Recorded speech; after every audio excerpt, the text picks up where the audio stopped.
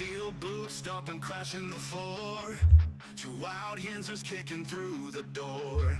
Loud like a jag-off at a pins game fight. Brace yourself, this ride ain't polite. Two Dum Yinzers, loud and proud. Heads in the clouds, voices in the crowd.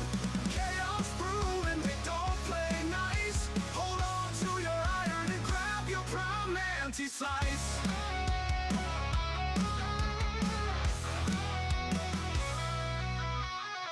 Tales from the burg with a hint of mayhem. Pierogi powered, nothing can constrain them. Knocking back stories like an icy cold brew. You never know what these two might spew. Two Dum Yinzers, loud and proud. Heads in the clouds, voices in the crowd.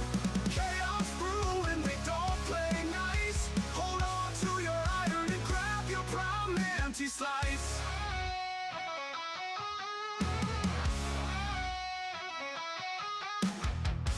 From the burg with a hint of mayhem. Pierogi powered, nothing can constrain them. Knocking back stories like an icy cold brew. You never know what these two might spew. Two Dum Yinzers, loud and proud. Heads in the clouds, voices in the crowd. Chaos brewing, they don't play nice. Hold on to your iron and grab your prime anti-slice. Rivers collide where the laughs always flow. Black and gold thunder everywhere they go. The madcap kings breaking every mold. With two Dum Yinzers, the stories don't get old. Two Dum Yinzers, loud and proud. Heads in the clouds, voices in the crowd. Chaos brewing, they don't play nice. Hold on to your iron and grab your prime anti-slice.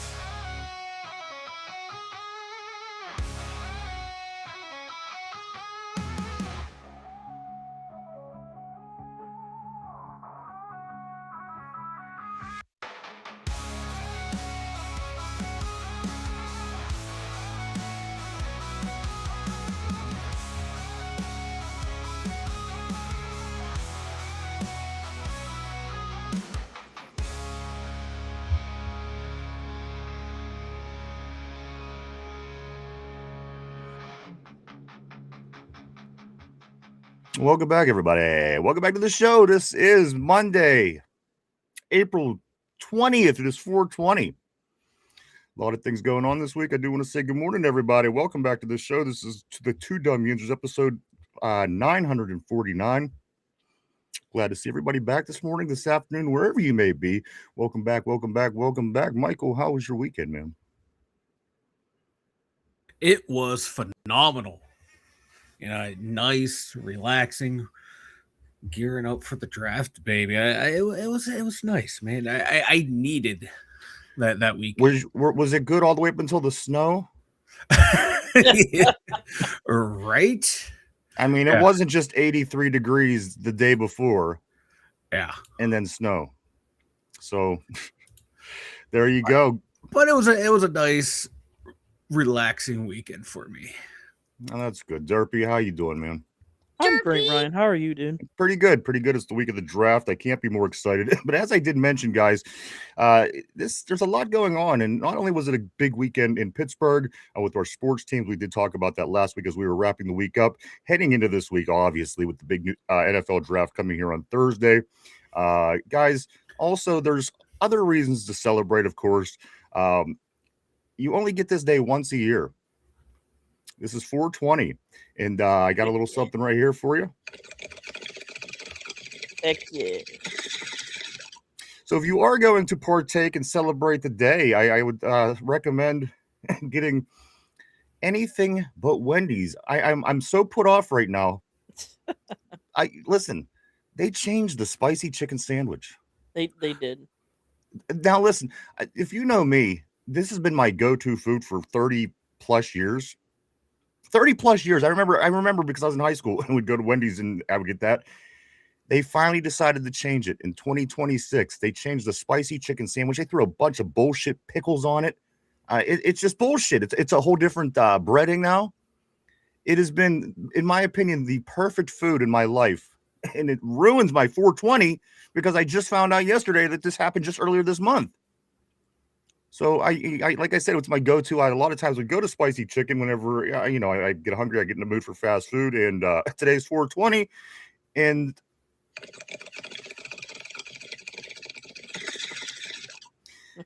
against everything I wanted to do, spicy chicken has changed. I'm not happy about this. I'm not happy about this.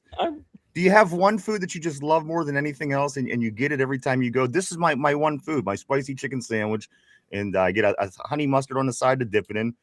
It's Mike. It's a whole different bun. It is. It's hurtful when they change your favorite food on you, because you go when the expectations are up here. You know what you're getting. Yeah, you're expecting it, and then you bite into it, and then it just drops. The disappointment level is off the charts. It's kind of like when you look at Derpy, you expect more and you get less. It's that type of disappointment. Well, I was gonna order him. You know what I was gonna do? I was gonna get him DoorDashed here for the beginning of the show, and I was gonna have us both eat one and see, and then we could kind of give a taste test. But I didn't want Derpy to feel out of place, so I didn't do it. But Wendy's is gross anyway. Cody is saying, I like it. Again, the spicy chicken's just been my go-to. And again, for 30 years, this isn't just like a food that I so happen to like. This is what I get. This is what I get when I go out. And again, I don't know. And there's a reason why there's not pickles on everything. Not everybody likes pickles. I get that some people like them, and that's fine. Yeah. But you can't put pickles as a regular condiment on everything. You just can't. Crazy to me. Crazy. Wendy's hasn't been the same since they took away the yellow packaging. I think they still have it for. I don't know. No, they don't. They don't. I don't know, Derpy. I don't know.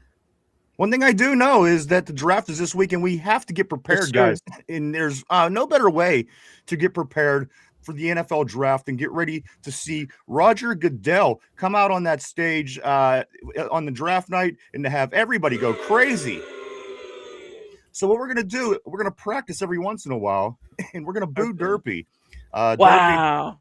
Why not boo the bald head freak? Well, because I actually bring entertainment value to the show. Ooh. Oh. So what I'm going to do every time I don't know what I'm going to do. And I'll randomly do it throughout the show. But when I do it, Mike, you have to practice because we have to get in the right mood. We can't just go out to the draft on Saturday or on Thursday night comes up. Think that we're going to be okay. So when I give you the signal, whenever I call Derpy Roger Goodell, Roger Goodell, we will start booing him. And everybody, let's boo Penn State. Everybody at their wherever they're at, if they're in the gym, they're walking around town with headset on. You're just going to start booing, and that's going to be, again, we have to practice. This is something that you can't just go into. And again, we haven't had the draft here to this capacity. We had it back in the 40s, but it was nowhere near the same.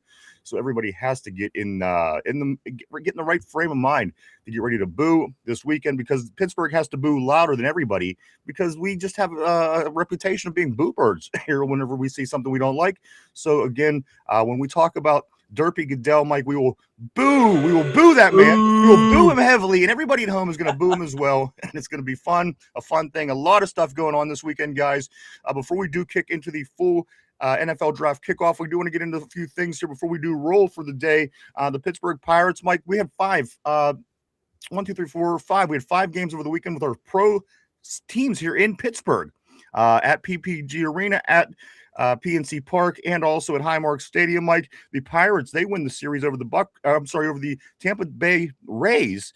They win that series 2-1, winning Friday night 5-1, losing 8-7 in extra innings on Saturday, and then winning again on Sunday 6-3. Ozuna's on a 7-game hitting streak. Connor Griffin's on a 6-game hitting streak. Mike, in this Pittsburgh Pirate team is off today, but they're heading off to Texas to play Andrew McCutchen, the longtime Pirate MVP, in this series coming up next. So, Mike, not only does this big weekend of Pittsburgh sports with our Pirates, our Riverhounds, and our Penguins, now Pirates are heading off to play Andrew McCutchen, and we are heading into the draft, and the Pittsburgh Penguins are back at it tonight for the playoffs. It just doesn't end, Mike. So, again, Take the snow out of the equation. Take the spicy chicken that's been changed out of the question. Everything else is good here in the Yinzerverse, and we're here for it as long as it has to do with the black and the gold. We seem to be chugging along, Mike. And as it says right on my screen, right here, 3 days till the NFL draft. It's so close. Like we were talking before the show, you and I, like I can taste the NFL draft. That's how close it is. It's so near. I can't wait for Thursday night, 8:00. Man, I think that's when it starts. 8:00, 10:00. Who knows when the fuck it starts? I can't wait for this goddamn thing. I am excited. A lot of news happening on the Steelers front leading up to it, man. It's an exciting time, man, to be a Steeler fan and just a fan of Pittsburgh sports in general, like you're saying. Man, Absolutely. God, a lot going on, baby. Buccos 13-9, Mike. They are a half game out of first place. Again, they're off today. They'll be back at it tomorrow night. A 3-game series starting against Texas, Mike. That will be 8:05 start against Andrew McCutcheon and company. One other thing. You know what? I'm going to skip over that. I'll come back to that later. The Pittsburgh Penguins, Mike. So in the 5 games our teams had this weekend, we went 3-2. I'll just start by saying that. Pirates went 2-1. The Penguins, they drop game 1 to the heated rivals from across the state, the Philadelphia Flyers. They lose that game 3-2. The Penguins didn't particularly look good. Mike, they played rather poor, getting goals from Malkin and Russ. Were scoring the only 2 goals of that game for the Penguins. They lose 3-2. The Flyers are up 1-0 in the series, and they're back at it tonight. It's a 7:00 start tonight for game 2 against the Flyers. Yeah, they need to bounce back. I know a lot of people are going to blame the goalie, but he's the only one who really kept them in that game. The Penguins did not play well. The Flyers dictated, the pace from start to finish.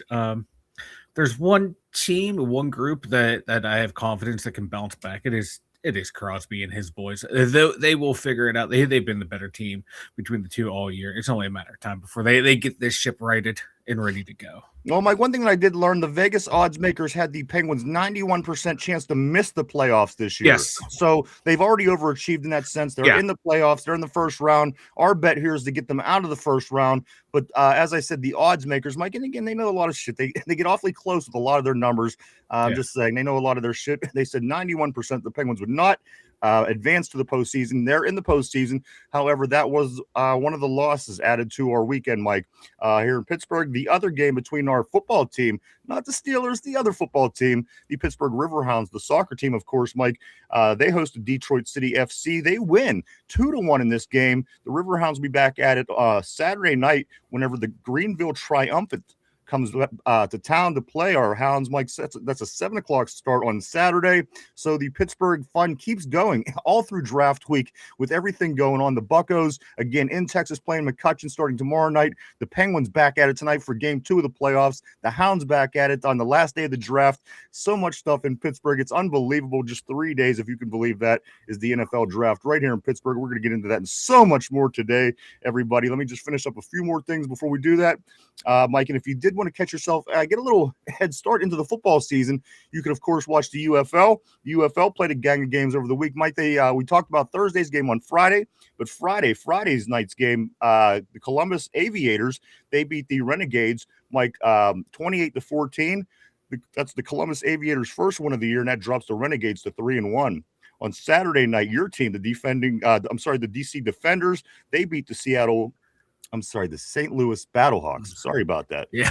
DC is now 3-1. St. Louis is 2-2. The other game on Saturday night was the last game of the week. It was Birmingham, Mike. They took on the Orlando Storm. The Storm, who is 4-0, undefeated at this point in the season, Mike, they win 16-0 over the Birmingham Stallions, who now sit at 1-3 at this point in their season. So a little bit of a fall off for the Birmingham Stallions, as they've been a powerhouse for the first few years in this league. And back. So, Mike, that was the week 4 of the UFL. We get into week 5, which means that's the halfway point in that league, which means we're just this much closer to the NFL season. And we'll get into how close we are today. So much stuff to get into. It's truly unbelievable. Everything that's happening, everything that's going to happen. And again, Mike, this is just Monday morning. Mike, there's still 3 days, 7 hours to go until the draft. My God, man, football galore. I'm loving the UFL. There's talk about a league that is not afraid to make changes on the fly. They changed overtime rules already, so teams don't win on ticky-tack penalties. They're tweaking as they go. Maybe the NFL can learn a thing or two from them. This league it's fun. Like on Twitter, man, people are just buzzing about Hakeem Butler. It's like, hey, this is the league perfect for guys like him. Not NFL good, can barely make the roster, but dominating the UFL where it's fun to watch. Hopefully this league can continue to grow so those bubble guys have more places to play and show their talent. Yes, they might not be NFL ready, but they're a lot better than some college guys that we're watching. This is a fun league, and I hope it can keep going, baby. It gets you by. I mean, it gets me by. It gets you a little. Like I said, we're smack dab in the middle of off season, and if I could get a little bit of American football on my TV at this time of year, I'm okay with that. Yeah. See the pads, see the helmets, see the guys out there hitting each other. So that works for me. One other thing I do want to go back on for our Buccos, Mike. They did come out with their new City Connect uniforms on Friday night. And I got to be honest with you, they're pretty badass. They go out and they get the win, Mike. That was the night also. AJ Burnett was in town. He threw out the first pitch. And then Saturday, of course, the Paul Skeens Cy Young bobblehead. So again, Pittsburgh is pretty pumped. It's pretty bumping right now as far as the sports. I couldn't be more excited for what's going on in Pittsburgh. Again, Pirates, the best division in baseball. If you can believe that, not one team in our division is under 500. Best division in baseball. You love to see it. And the Buccos are only a half game back. We got this, baby. More competitive than the entire AL. Absolutely. Everybody. Good morning, good afternoon, wherever you be. Welcome, everybody. I'm glad to see you today. We are just 3 days from the NFL draft. It is the countdown. It is on right now. We cannot wait. We cannot wait. Derpy working hard, trying to get things together. I know that he's struggling with me a little bit. He's trying to get his plans together, and I'm struggling with him because I'm trying to get my plans. But it's all coming together. We got a whole kind of things this week. RB, he'll be on this week. Derpy's going to be on a lot this week. Finch is back from Las Vegas. We're going to hear from him. Also, what we're also going to do, we do have to have our bet right here on the show to bet who is going to be the number 1 overall draft pick, guys. We'll get into that also. So I need you guys to think about that. And then we will also have Chop, RB, and Finch chime in on that and see who gets closest. We'll see if somebody can nail that first round pick, which might have got a little bit more complicated recently. We'll get into that here so soon. I don't know what this means for the draft, but we did get word on Broderick Jones that I find kind of interesting. We'll get into that and so much more today. Let's jump on the board and say what's up to everybody. Good 420. Terrible board. Glad to see everybody today. 420, guys. 420. Oh yeah, baby. I'll be celebrating early or later in the day. I won't be celebrating with my Wendy's. I know that, but I know. I have confidence that you will find something to replace the Wendy's. Here's the thing. The universe works in mysterious ways.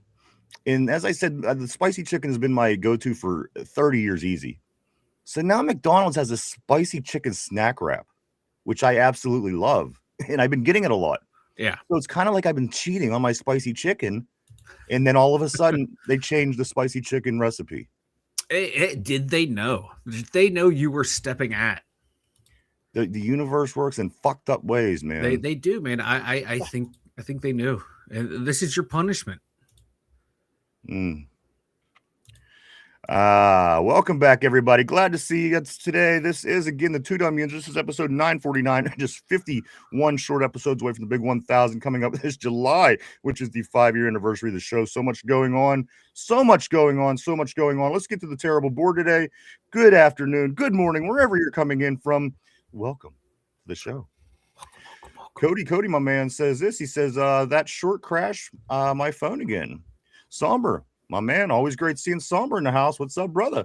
Tortilla Jackson, all the way from Sacramento, California, says this. He says, my name is Art Rooney. Welcome to Jackass. I think we'll get a little bit into that. Get a little bit into that here shortly. A whole lot to get into. Keep them coming, though, today. Again, guys, It's just as exciting as game week. Big changes, and again, this time next week, Mike, we will have all of our picks. We will have all of our players. We will have Yes. everything that we need to go into summer and start getting ready to prepare. We have additional minis, bonus mini camps we're in now. We got all kind of things, rookie camps, OTAs.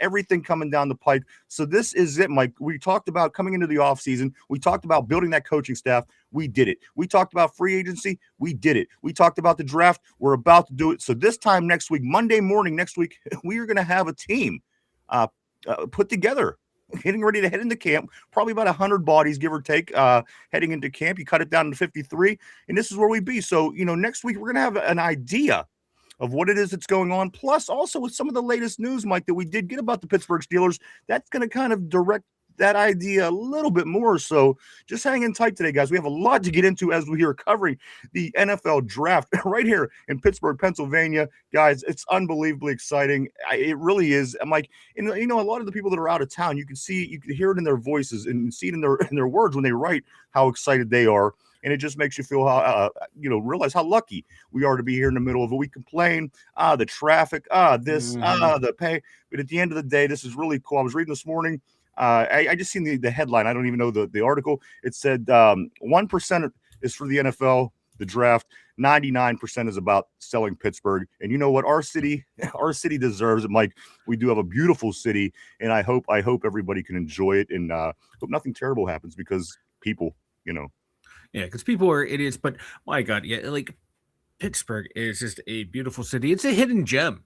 It has everything, like major big cities have, but it also has a lot of stuff like those smaller cities that people love to go see have. The only thing, my only big complaint about Pittsburgh is our roads to navigate around them. But once you figure that, well, they're shit out, shutting down the next wave today. I know there's going to be nowhere to walk or drive, but my God, get out. If you're coming in, get out and explore the city. There's a lot of fun stuff to do. Talk to the locals. You might not understand them, but they will get you to where you need to They'll go. be the nicest people you ever met. Nicest people you ever met. They might call you a jagoff 4 or 5 times, but they Yeah. will help you out, and they will show you some of the when they coolest call you a places you've ever jagoff, seen. just start counting their teeth individually. By the time you're done, they'll be done. I promise you. They'll be done. And, hey, man, I've gotten lost numerous times in Pittsburgh, and one of the times I got lost, they gave me directions. They ran into their house, came out with a bag of fresh onions that they just pulled out of their garden. So you never know. You never know what you might get from a Yinzer. Just enjoy the town. If you're here, you're gonna have a great time, and they will make sure you have a damn good time. I remember Unless you're an AFC North team. Well, that's different. That goes without saying. even the bums, Mike, even the bums are giving the homeless here in Pittsburgh. I have a real quick story. I don't want to waste everybody's time today. We have a lot to get into, but I was 19 years old, and just got my license a couple years prior, and we decided to take that first drive downtown to go to a Pirate game back at the old Three River Stadium. And we got downtown, and me and 2 buddies, we got out of the car and we started walking. And this homeless fella was like, "Hey, do you have whatever?" And we were like, "No, as you normally would." And you continue on. So me and my buddy were talking, and we were like, "Where's Jay?" We turned back, and he's about 25 feet behind us, walking with the bum. The bum has his arm around Jay's shoulder, and he's handing him an apple. This bum was trying to give my buddy an apple. Again, I don't know what the trade-off was, but I was like, "Bro, come on, dude." And he separated himself. But again, something I'll never forget, just seeing this homeless guy trying to give my friend an apple. But there you go. People in Pittsburgh couldn't be nicer. And again, I think you will enjoy the folks of Pittsburgh if you give them a chance, guys. A lot of people going to be in town, like expecting up to 750,000 people. And again, Derpy is going to be smack dab in the middle of it, Yes, live. We're going to have so many things. And again, we're still working on it. I know that Chop's going to be there all 3 days. He's a brave soul. He's very You know what? I like it. That's dedication. That's beast mode right there. I know that Derpy's working his way down. We're trying to figure out what we're doing, Mike. We are going to be running a live stream. I know that you're going to be on that due to your work schedule. Yeah. You will be on the live stream right here on Thursday night. I know Derpy's going to be down there. And I know that Finch is back in town. I know he previously said he's going to be down there, so I'm still trying to find out what's up with him. I think RB is also going to be involved to some degree with some streaming due to his schedule, guys. But again, the draft just 3 days away, if you can believe that, right here, Pittsburgh, Pennsylvania. Let's do get back on the board. I don't want to leave anybody out today or this week or ever, but let's do get back on the board. Somber says this. Holy shit, the Derpster is phasing in and out of reality again. And I was watching his little nerd show last night, and one of the guys even made the comment, they're like, Derpy, why? I think it was even RB. It was RB. I think RB popped up and he's like, Derpy, how do you you look perfect tonight on the show, and when you're on the Two Dum Yinzers, you look like, well, I'll just say like that. It's because it's the lighting. Okay. It's All right. the window. Put something over the window, bro. No. That's Too much time. We're live now. I can't do it now.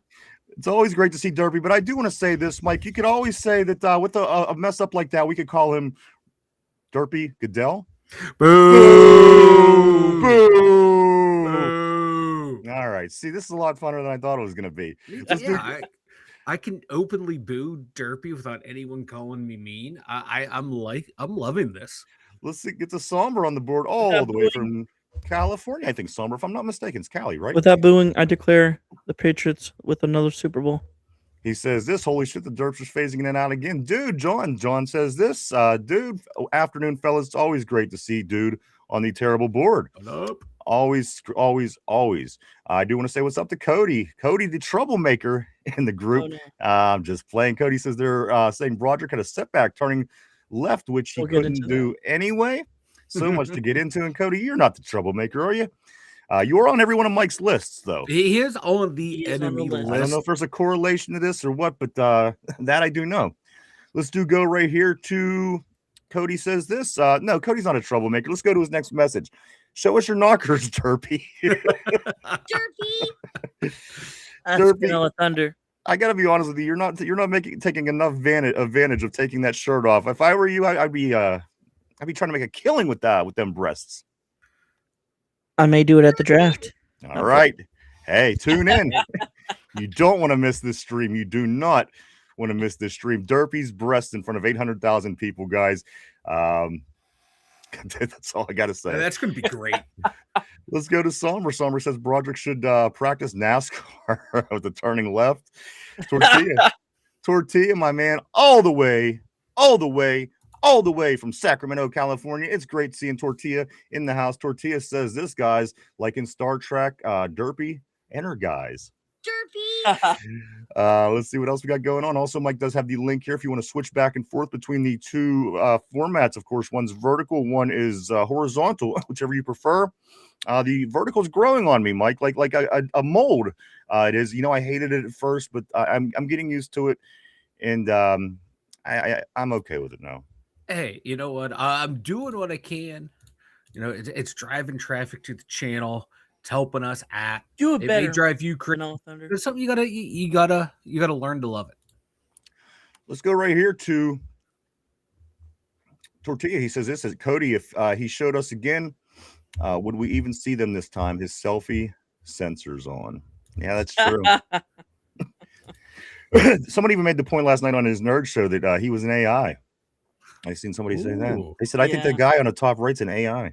It was It was a Steelers fan as well. So there you go. He's not AI. I could vouch for that. We kind of wish he was, but program it a little bit better. Cody says Wendy's is gross anyway. Tortilla says it's In and Out for me, and they are good about keeping it simple and staying true to what they do best. In and Out is always a good option. Tortilla loves the In and Out all the way out in Cali. Steeler Free John, what's up? Big John Stud, middle name Mud in the house. He says Derpy can take the Beck blind fast food test and max it. Somber says I love Wendy's fries. Yeah, man. I tell you what, Mike, I'm glad it's 420. Word, brother. Word. Food just tastes better on 420. I don't know Ryan's why. Got the munchies. It just does. Cody, it's my preemptive munchies. Cody says this Wendy's is the only place to figure out how to put 400 calories in a sandwich. Tortilla, the Taternator, Mike from Wendy's, the Taternator. Ooh. No, I don't like the sound of that. Let's go right here to Summer with a little, yeah, for sure on that, bro. Cody says, let's boo Penn State, Mike. Let's boo Penn State. Boo! Boo! Mm. Let's go right here. John says, this Ryan's ma has learned how to make the Wendy's old school chicken now sandwich. Now, I wish she would. I wish she would. I cannot believe they changed that. I cannot believe. Listen, if something's the same for 30 years at least, that means there's nothing wrong with it. Yeah. Right. That means it's done well. F off with your pickles. I don't get it. Let's go right here. Cody. Cody says this. Boo Aller sucks. Get him some wham burgers and some French fries. So Drew Aller, Mike. Boo! We Knowing all, the Steelers, that's Boo that man. We all know Mendoza has been my guy for years. As a Mm. big time Indiana Hoosier fan. Let's go right here to John, the Steeler freak. He says KFC bucket for $10 tomorrow. Derpy, I did. I heeded the word and I looked into it over the weekend. It's all the dark meat though. I like the breasts and the thighs. But again, $10 for a bucket of chicken. It's something to keep in mind, guys. That is Tuesday. And John, I again took your word over the weekend. I looked at it, and I think I'm going to do it. That sounds So tempting. that's tomorrow. Let's get right here to Corey. Corey Beavers over and Don't Drink That right here on YouTube. He says, "Heyo, just popping in to say, hey, let's go Steelers. I'm finishing up editing right now. Hopefully, I can pop back and afterward, let's build up our trenches and get that wide receiver, baby." That's right, Corey. And I do want to say this about Corey. Corey has a pretty cool podcast right here on YouTube, guys. If you are into conspiracy theories, maybe aliens, what the government's doing behind closed doors, go check out Corey right here on YouTube, guys. The show is called Don't Drink That. It's a conspiracy theory podcast that has plenty of material in so many different it goes in so many different ways. So if you're in that kind of thing like I am, go check out Corey right here on YouTube at Don't Drink That. Let's go to LBCQ. He says this. How about them boys? How about them Cowboys? I don't know. They're the only team in the NFC that hasn't reached the NFC Championship game since 1995. So they're the boys. They are the boys. Hey man, Still trying to get to that men's How's that status. VHS holding up for you? Still trying to get that men's status. They are the boys. That is how them boys are again. 30 years since the championship game. Not even a Super Bowl. The championship game. Every other team in the NFC has been there since. He asked. Cody says this. You must have missed it. We are getting left tackles now. A lot of you. We're going to get into that so soon. Of course, big stories this morning coming out from our Steelers in a couple regards. We'll get to all that so soon. Let's go to Somber. Somber says players should be getting evaluated for positions as we speak. According to Graham, it really is exciting, and I know that Graham is very excited, and he has a lot of ideas for this defense, and he's looking forward to utilizing all these pieces on the defense that we do have. I'm very excited. There's no guarantee that this means success, but I'm excited to see what this new coaching staff has: offense, defense, special teams, all the way around. Mike, of course. Angelicio not having the play calling responsibilities. This is what head coach Mike McCarthy is going to do. He's going to take that on in his own. So that's going to be interesting as well, especially as Steeler fans. That certainly hasn't been a norm here. So a lot of those things, Mike, a lot of things that we're hearing and learning about, and it just gives you an idea of what it is we're going to be seeing. Defense, we're going to be getting different looks from them. I want to see if they move TJ Watt around a little bit. I want to see what they do with the offense. I want to see a little bit of this West Coast offense. I want to see, guys, a lot is going into this football season, whether you think it's going to be a success, a failure, or something in between. I don't know if there's a Steeler fan that's going to miss a single game this year, Mike. There's just so much riding on this team. And again, we could be rebuilding. We kind of are rebuilding, but we're trying to stay competitive. Yeah. So again, that makes it even more interesting beyond the initial words. Yeah, a lot of fans and definitely media pundits today, I've noticed it. Like, well, the Steelers just need a total rebuild. It's like, do you listen to what the owner says? The guy who writes everyone paycheck does not want the team to rebuild ever. He wants them to constantly be competitive. And hey, if we happen to land a stud quarterback that helps us get us to a Super Bowl, that's better. That's awesome. But he never wants to lose, never wants to be uncompetitive. So the Steelers constantly have to have a healthy mix of veterans and young guys. And this is why the moves that we're making, or this is why we're making the moves that we have made. This is why we're drafting the way we draft. And this is why we're kind of waiting to see what Aaron Rodgers wants to do. It's because, hey, we want to be competitive. And if not, okay, how can we be competitive with a young guy? By building trenches and going out and trading or signing for veteran wide receivers and running backs. And this is what we're doing, trying to be that mix of old and young players on the team and just remain competitive and hopefully luck into stuff. Not how I would do it, but that's how the owner wants to do it. And guess what? That's what the coaches and GM have to deal with. And there's going to be interesting to find how this coaching staff works under those parameters. We know how the old coaching staff did it by being conservative. What's the new coaching staff going to do now? Are they going to be less conservative? Or are they being conservative in areas we weren't before, but more aggressive in others? It's an exciting time to be a Steeler fan. Absolutely. I'm all for whatever they do. Listen, whatever they want to do, I have no bearing on. But at the end of the day, I'm sure I'll be complaining about it if it goes against exactly. I hate everything. No, I'm not queuing that up just because you did that. You know what? I can't. Like, that was draft day. That was a draft day sound drop. So again, draft day sound drop for Derek Harmon. Derpy despises Derek Harmon. He thinks he's the worst player on the roster. We should have never drafted him.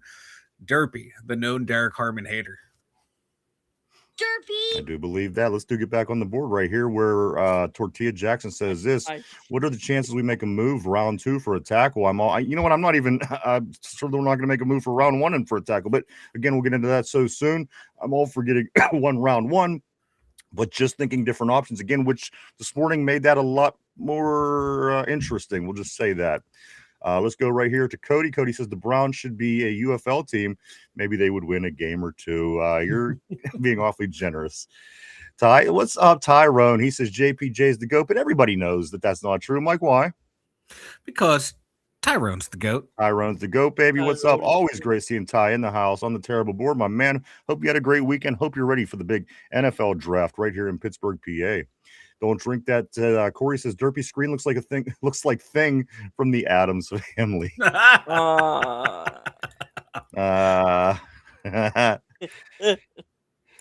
go. And you know what? When Finch is here, he has that whole Fester look going on. We could do some kind of. Is that with that's not the same family, is it? Yeah. Fester and thing. Yeah. I always get them and the Munsters mixed up. Let's go right here to Cody. Cody says, Derpy, you going to take the bus over there? Yes. He is going to be taking the bus down. Tortilla says, Wendy's nuts. Cody says, it's only cheating if you get caught. Let's go right here to Just Learning. What's up? Always great seeing Just Learning on the terrible board. He says, hello, bros. What's up, man? Always great seeing you, sir. Hope you had a great weekend. Tyrone says, what's going on, Mike? Derpy. Ryan, hey, bro. Always good seeing you, dude.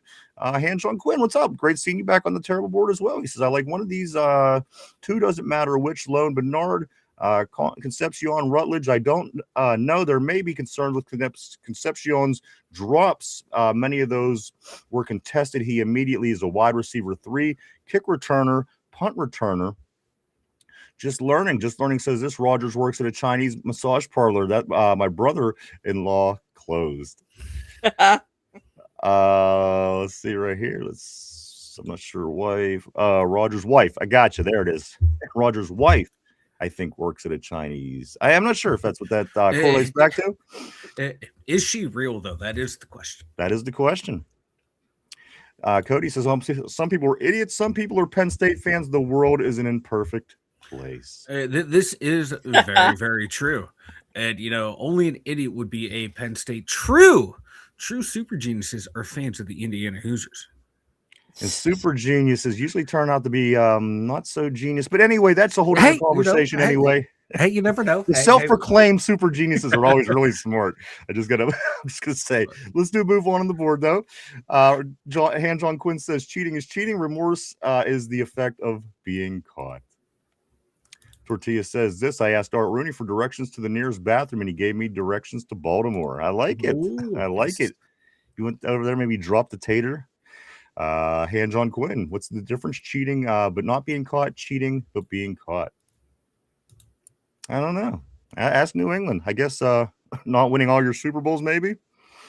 Let's go right here to Darth Jar Jar 1. Casey Concepcion is going to lead all rookies in receiving. Calling it here. Hey, we do appreciate that message to Darth Jar Jar 1. Great to see you on the terrible board. Great to have you as we prepare for the NFL draft 2026, guys, right here in Pittsburgh, Pennsylvania, in just 3 days. 3 days. 3 days. Tortilla, the difference is a ring. The difference is a ring. Getting back to the cheating questions. And John says, I repeat, cheating is cheating, period. And you know what? Call me scatterbrain, but what's this going back to? What's this cheating referring to now that I've read that? Like, is it you cheating on Wendy's with your McDonald's spicy chicken wrap? And that's why the universe did what it did to me. Mm-hmm. Mm-hmm. See? So it's all my fault there's pickles. Yes, it is. Yes. Let's go right here. Cody says tortilla. I don't know if that's a shot at us or Baltimore. How about John Quinn says ring doesn't change anything. Still cheating. Cody says this. It's only cheating if you get caught. Just Learning says I want to cheat at the casinos. I was watching something the other night where it literally showed like how these card counters, yep. You know, in the machines, they're constantly watching cards and counting cards. How could you expect to be getting free? It just didn't seem right to me that the machines and all that, they have too much. They have too much. There's no way, you know, there's a reason that everybody loses. One person wins big, gets everybody excited, everybody goes, and everyone loses again. One person and they have a system. They definitely have a system. Let's go right here to Tortilla. Tell that to my wife. Tell that to Tortilla's wife. Get that woman on the phone. I got to talk to Tortilla's wife. Let's go to Tyrone. Tyrone says this Jones has setback getting checked out this week. See if he's ready for training camp. Tortilla says this. We draft Ty Simpson and it cuts the derpy with his shirt off. I don't know if we can top that. Derpy. Of course, the biggest moment of the 2025 calendar year here on the show was the derpy deer in the headlights look with no shirt. Big surprise for everybody. I'll do it again. I'll do it again. No, please don't. You know, the thing is, there are some people that want to see it. I'm not totally against it. For my own health and safety, I am. But beyond that, let's go right here to scoot up a little bit more. We are going to get into some topics. We promise we won't be too much longer. I don't want to leave anybody out, though. Again, Han John Quinn says, what is the definition? Nothing, and it changes with being caught or not. Cody says pimping, been pimping since pimping. Han John Quinn says this. He says, if the speed limit is 55 and you're doing 70, are you speeding? No. No. I'm keeping up with the flow of traffic. I guess in theory. Okay. And I'm just getting Han John Quinn's latest message here. He says his cheating comments are not based on anyone or anything. So with that being said, I'll say no. I'm going to go no with the speed question. Yeah, what's I up? just want to say something real quick. Derpy. Omar and Mike have just started their pre-draft. We are. I was going to be the next words out of my mouth, guys. It is 1:00 p.m. This is the pre-draft press conference. Mike Tomlin and Omar Khan. Right now, Mike will keep us on top of everything that comes out of that. If anything that any scoop news, anything in that regard comes out, Mike will keep us on top of that. We'll be live on it. And that is right now at 1:00. The Omar Khan, Mike Tomlin. I'm sorry, Mike Tomlin, Mike McCarthy press conference, guys. This is the pre-draft press conference going on right now. RB says this. He says, I'm being told Highsmith is trying to be moved to get into position to draft Bernard and still address the left side of the line. We'll get into that real shortly. Tortilla says depends on which state you're in. Depends which state you're in. Also, Just Learning says Lottaburger, New Mexico, green chili cheeseburger. Sounds good. Really good. Cody says I'm doing a 75 and a 45 right now while I'm texting this message. Cody's got you beat. I don't know. He is texting this message as he's going 75. Keep your eye on the news in Texas. That's all I'm going to say there. We're going to see the helicopter chase. Like, we know that guy. Yeah. Be sure to shout out the two Dum Yinzers when you get arrested. Yeah, please. Make that go viral, sir. The ghetto bird, the whatever, helicopters coming, whatever you can do, get the word out there. I also do want to say there across the bottom of the board, you will see Mike does have the update of everything of importance that is coming out of the Omar Khan, Mike McCarthy press conference, the pre-draft conference today. If you're home and you're by your TV, that is on right now. Let's check out what Han Jung Quinn says. He says, not if the speed limit is 55. That is the speed limit. It is. I mean, that's what they tell you. That's what they enforce on you. But at the end of the day, I don't know. It's all good until I get a ticket. That's kind of where it's at with me. Let's go right here. I'm sorry. Imagine being so pathetic that you watch grown men play with balls like 5-year-olds. You mean just like the rest of the people in the multi-billion-dollar industry in every sport all around the world? Right. Yeah, you're pretty much the one that's retarded, and I guess you just don't get it. But yeah, I'm sorry, 18K.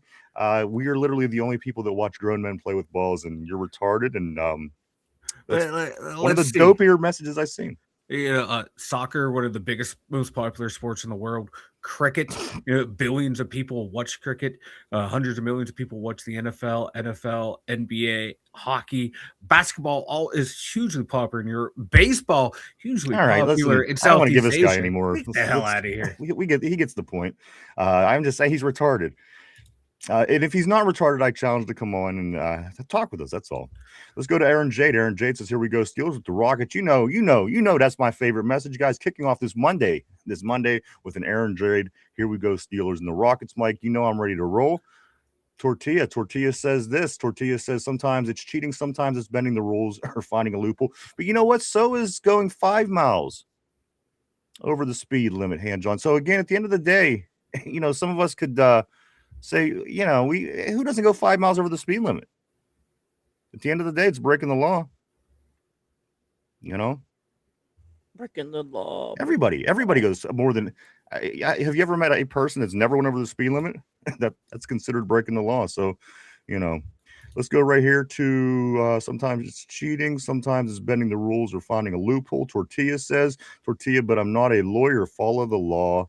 And ultimately, yes, follow the law. Don't listen to me by any means. I'm just somebody on the computer talking about football, talking about washing balls or whatever the hell that guy said. Pay attention to your local laws, please, by all means. Let's go to Cody. Cody says, agreed. Tortilla, you're my new lawyer, Cody is saying. Also, oh, God, you're fucked. Actually, you know what, Cody? Yes, to follow Tortilla's legal advice, please. Cody, Tortilla says, Your Honor, I call Omar Khan to the stand. Cody says, next time I fail a safety test on purpose, I'm calling you to my defense. Fuck, never mind. You're fired, Cody says. Let's grab a couple more, and then we're going to get into topics here. Dude, cautiously optimistic, and if we're talking about the Steelers, so am I. Han Jung Quinn says, the act of using dishonesty, fraud, or deception to gain unfair advantage. One of the oldest acts of man in history of man, I think, would be being deceptive. Tortilla says that's what we are doing with Aaron Rodgers right now. Let's go right here to Han John Quinn says, not to mention of rule bending caught or not caught. There's that 5 miles over. Han John Quinn says, truth matters. Cody says this, the act of dishonesty is fun. Cody loves it.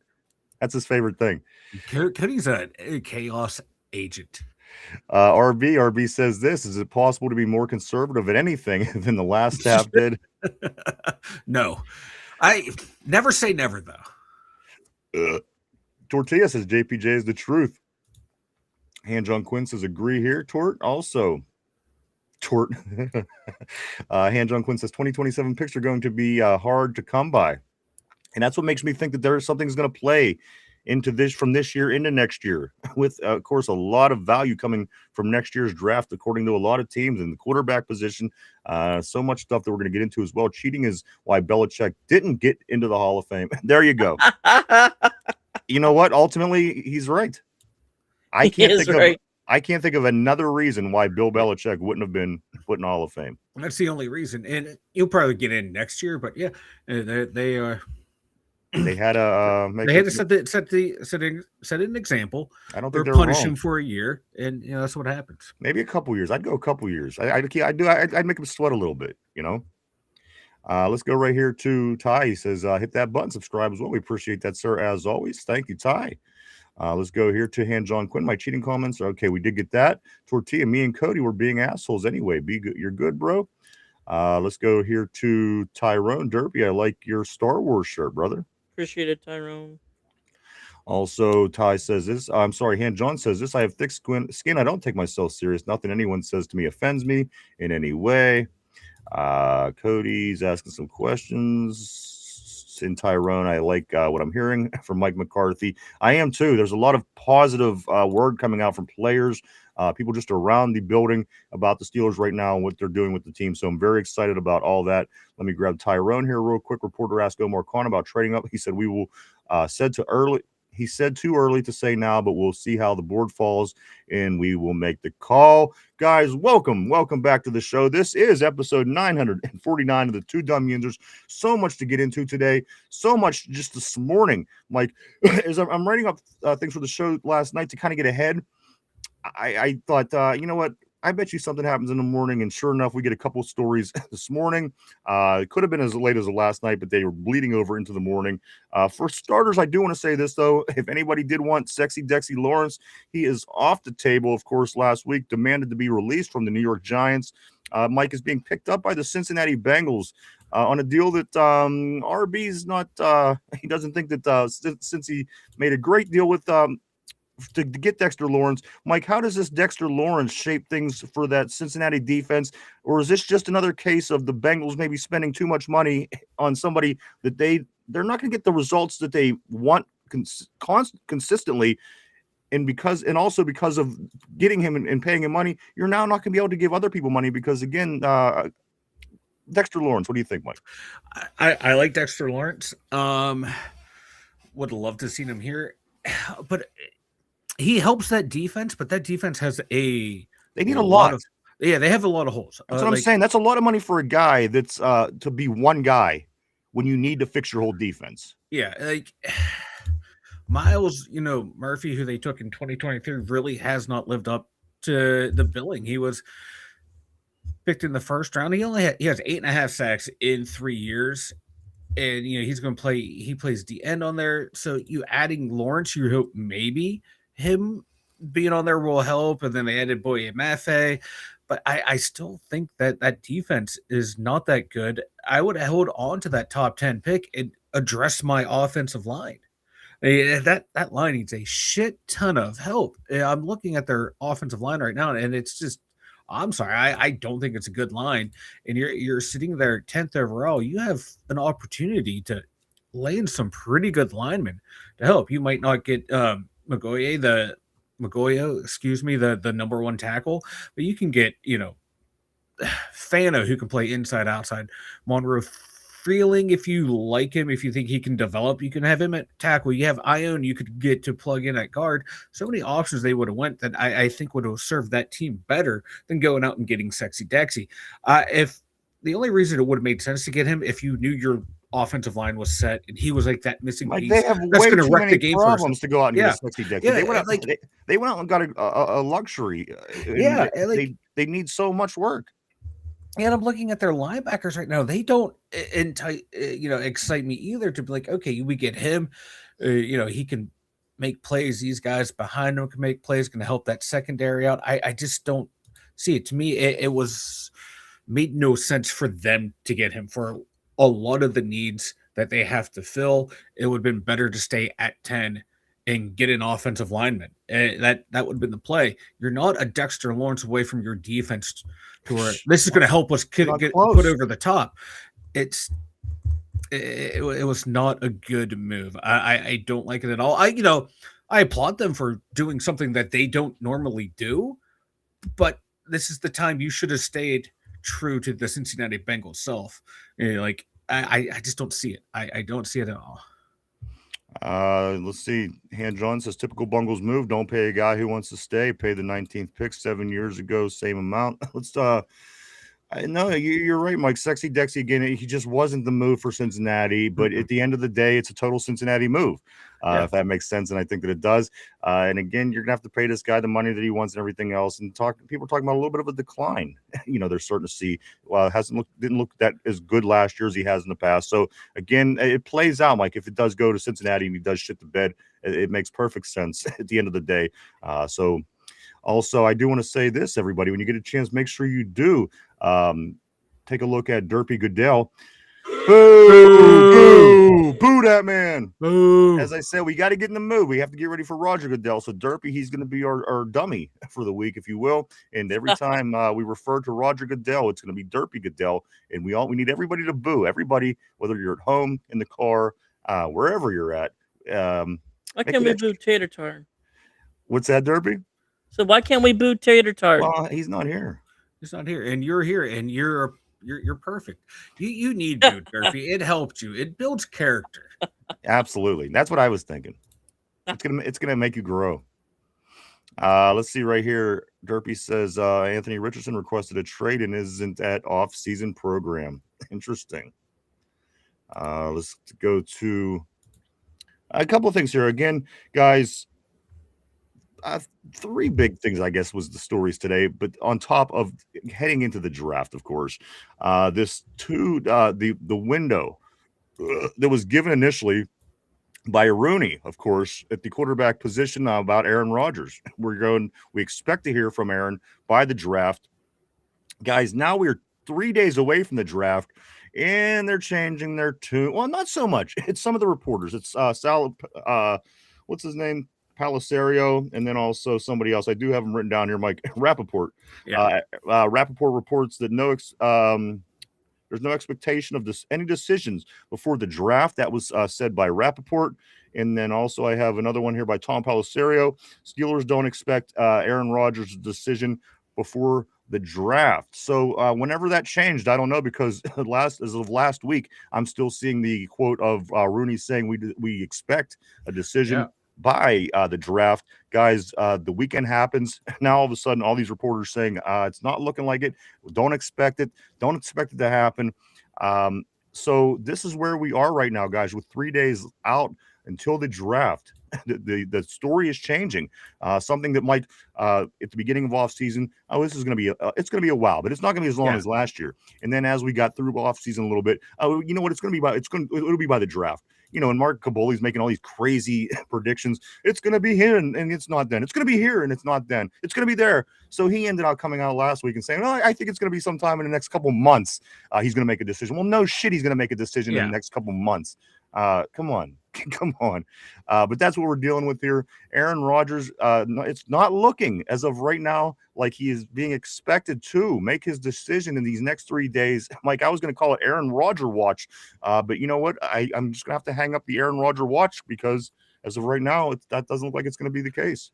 It doesn't look like it's going to be the case. And, early reports are that, it's looking like Will Howard is going to be QB1 at this camp coming up. So this could be a sign of hey, this was our plan. If Rodgers does not want to come back or isn't coming back, okay, we're going to treat Will Howard as our starter and keep building the team like we would if, we were trying to either A, find the next franchise guy, or B, we believe Will Howard's going to be the guy. So we're just going to keep doing what our formula is, addressing the O-line, addressing the D-lines, and looking at the roster of what other positions do we need to strengthen. So I'm looking for tackle, guard, wide receiver, D-line, cornerback in this draft. Maybe not in those orders, but that's how it's going to happen.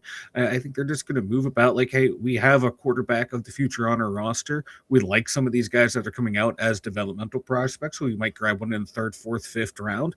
But Will Howard's going to be the guy. This just seems how the process is going to go for the Steelers. But if Aaron decides to come back, cool.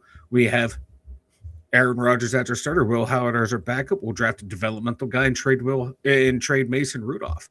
I don't know why this is hard for. I love the idea. I don't know why it's hard for the national media to actually see this is what the plan is in place. Mike, this I know was it the doesn't plan sound from day one, in my opinion. Listen, they They weren't drafting they weren't bringing in a veteran that wasn't Aaron. Yeah. We knew that. So that's, they're just coming back and telling you the obvious shit now in hindsight. But at the end of the day, this was the plan. In my opinion, well, this was what I thought that the plan should be, at least anyway. Like, let me give you this list right here. This was Luke Christensen. He has this list of the worst quarterback rooms in the NFL. Let me read you this list, and then I'll give you my opinion on what I make of this list, guys. Number 10, going from bottom to top. Number 10, the Vikings. The Vikings, of course, after losing Sam Darnold, easily have a pretty bad quarterback room. Like, they are number 10. Number 9, the Saints. Shuck last year looked good and helped the team along a little bit, but as of the 32 teams, they, according to this list, fall 9. Like the next team, number 8, the Panthers. The Panthers quarterback room. I guess Bryce could be a spark, a ray of hope, but at the end of the day, quarterback room not too tight. Mike, of course, number 7 is the Miami Dolphins after losing Tua, trying to figure out what they're doing down there. Pieces coming, pieces going. We'll see. Number 6. The Tennessee Titans. The Tennessee Titans, of course, they do have their quarterback issues. Number 6 on the list is the Titans. Number 5 on this list of the worst quarterback rooms in the NFL, the Atlanta Falcons. The Atlanta Falcons, boy, they just can't get it together at the quarterback position. They're trying. They draft players. They whatever the deal is, they cannot get it together, Mike. In Atlanta, they drafted a guy.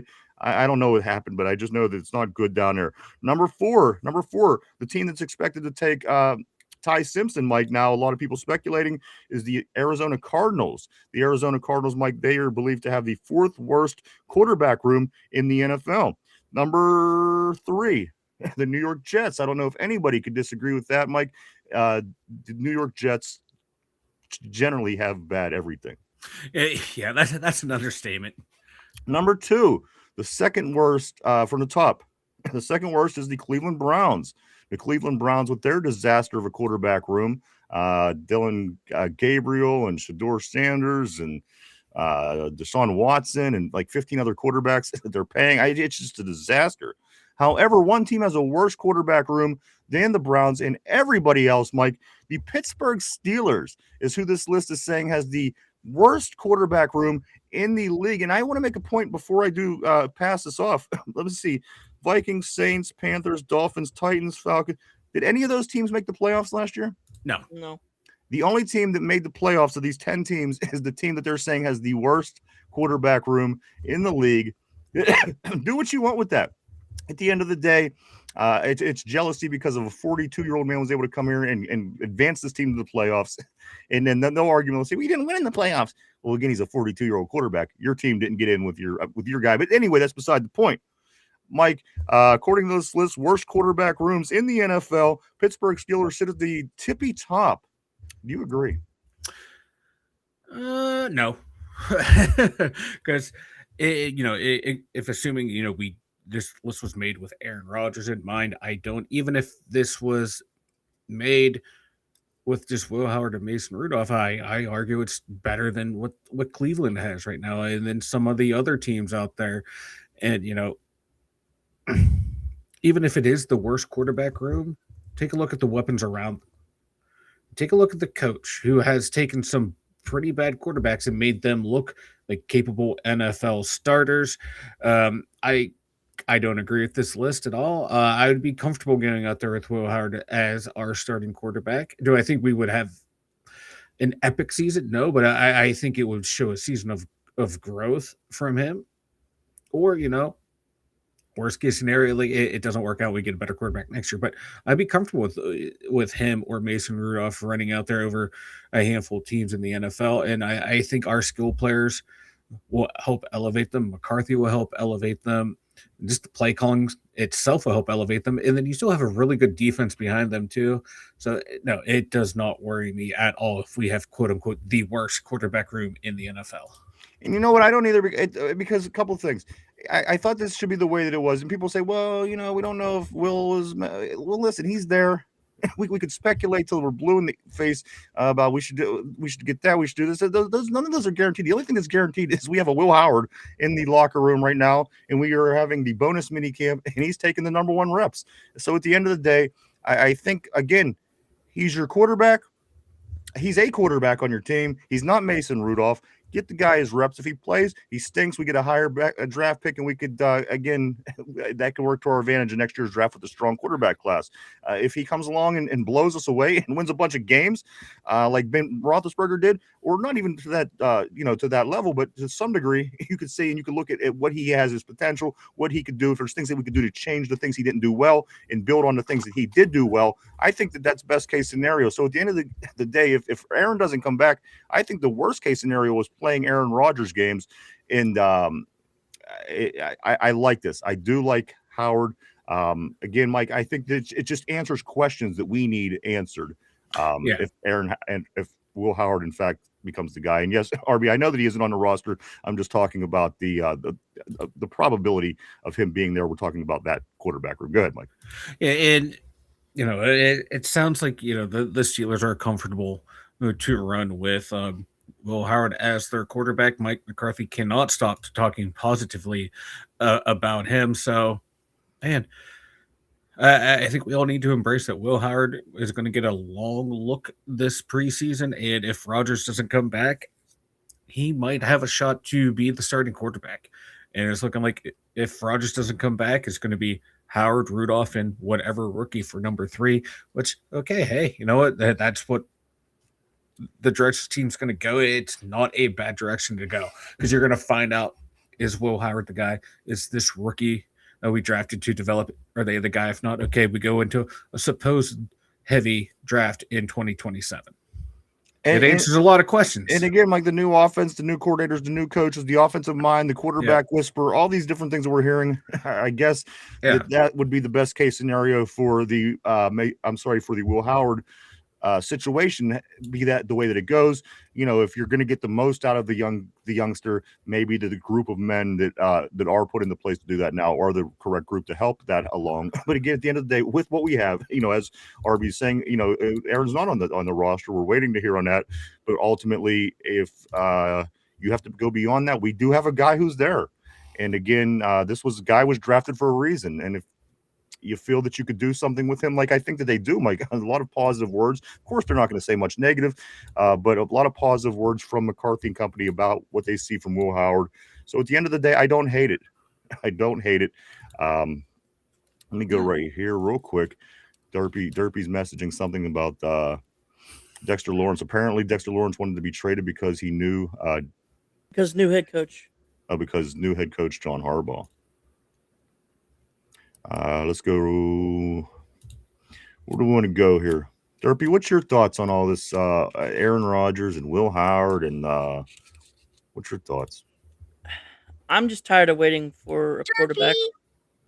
I'm just sitting, around, not being committed to an organization like the Steelers, instantly trying to actually win, regardless of his age. With Will Howard, I think he can be the guy. I mean, his work. Let me ask you something real quick. Can I stop you? Can I stop you? Yeah. If Will Howard was a former Penn State Nittany Lion, would you have confidence that he could get it done? Yes, because his work ethic. Okay, go ahead, continue. Lions are ridiculous. I have to ask. Let's jump back on the board here for a few, though. I don't want to leave anybody out. I don't want to get too far behind here.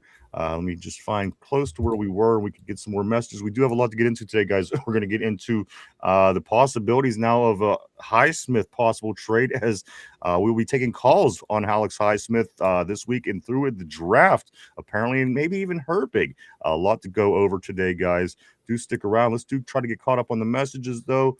Don't want to get too far behind. Let's go right here. Ty, no, we got that one already. Got that. Let's see. Tyrone, they moved the first round from 10. We did get that one. Got Bungles. Boo, you stink. I like it. I like all the support on the booing. Me too. I'm loving it. And I see Squeege. Squeege popped up on the board as well. It's It's all about it's a gangsta party today, baby.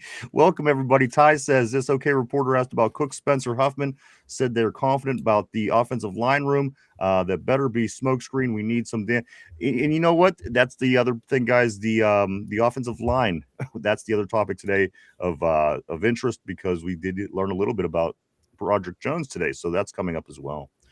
Let's go up here to RB, but I think Howard is better than Shedeur Sanders. And you know what that means? That means that Will Howard could be a Pro Bowler. Pro Bowler, baby. If Shedeur Sanders could be, Will Howard could definitely be. Ty says this, Mike McCarthy, he wants a wide receiver that is a great route runner. I like that. Exactly what we need. Tyrone says, last message from Omar Khan, trust the process. Mike, wasn't that the last word of our meeting yesterday? It was trust the process, baby. It was literally verbatim. That was how we ended our meeting here at the studio. The words were trust the process. Let's scoot along a little bit. Tortilla, Howard, Rudolph, and Green would be tough. And the thing is, I mean, if you go after that other quarterback, I just don't know. I just don't know. There's a lot that goes into this. And again, I hope that the Steeler personnel know what the hell's going on with Aaron to make it more educated pick, I think. And again, we'll get to that because I don't quite know what we're going to do in the first round. Again, even more so after this morning.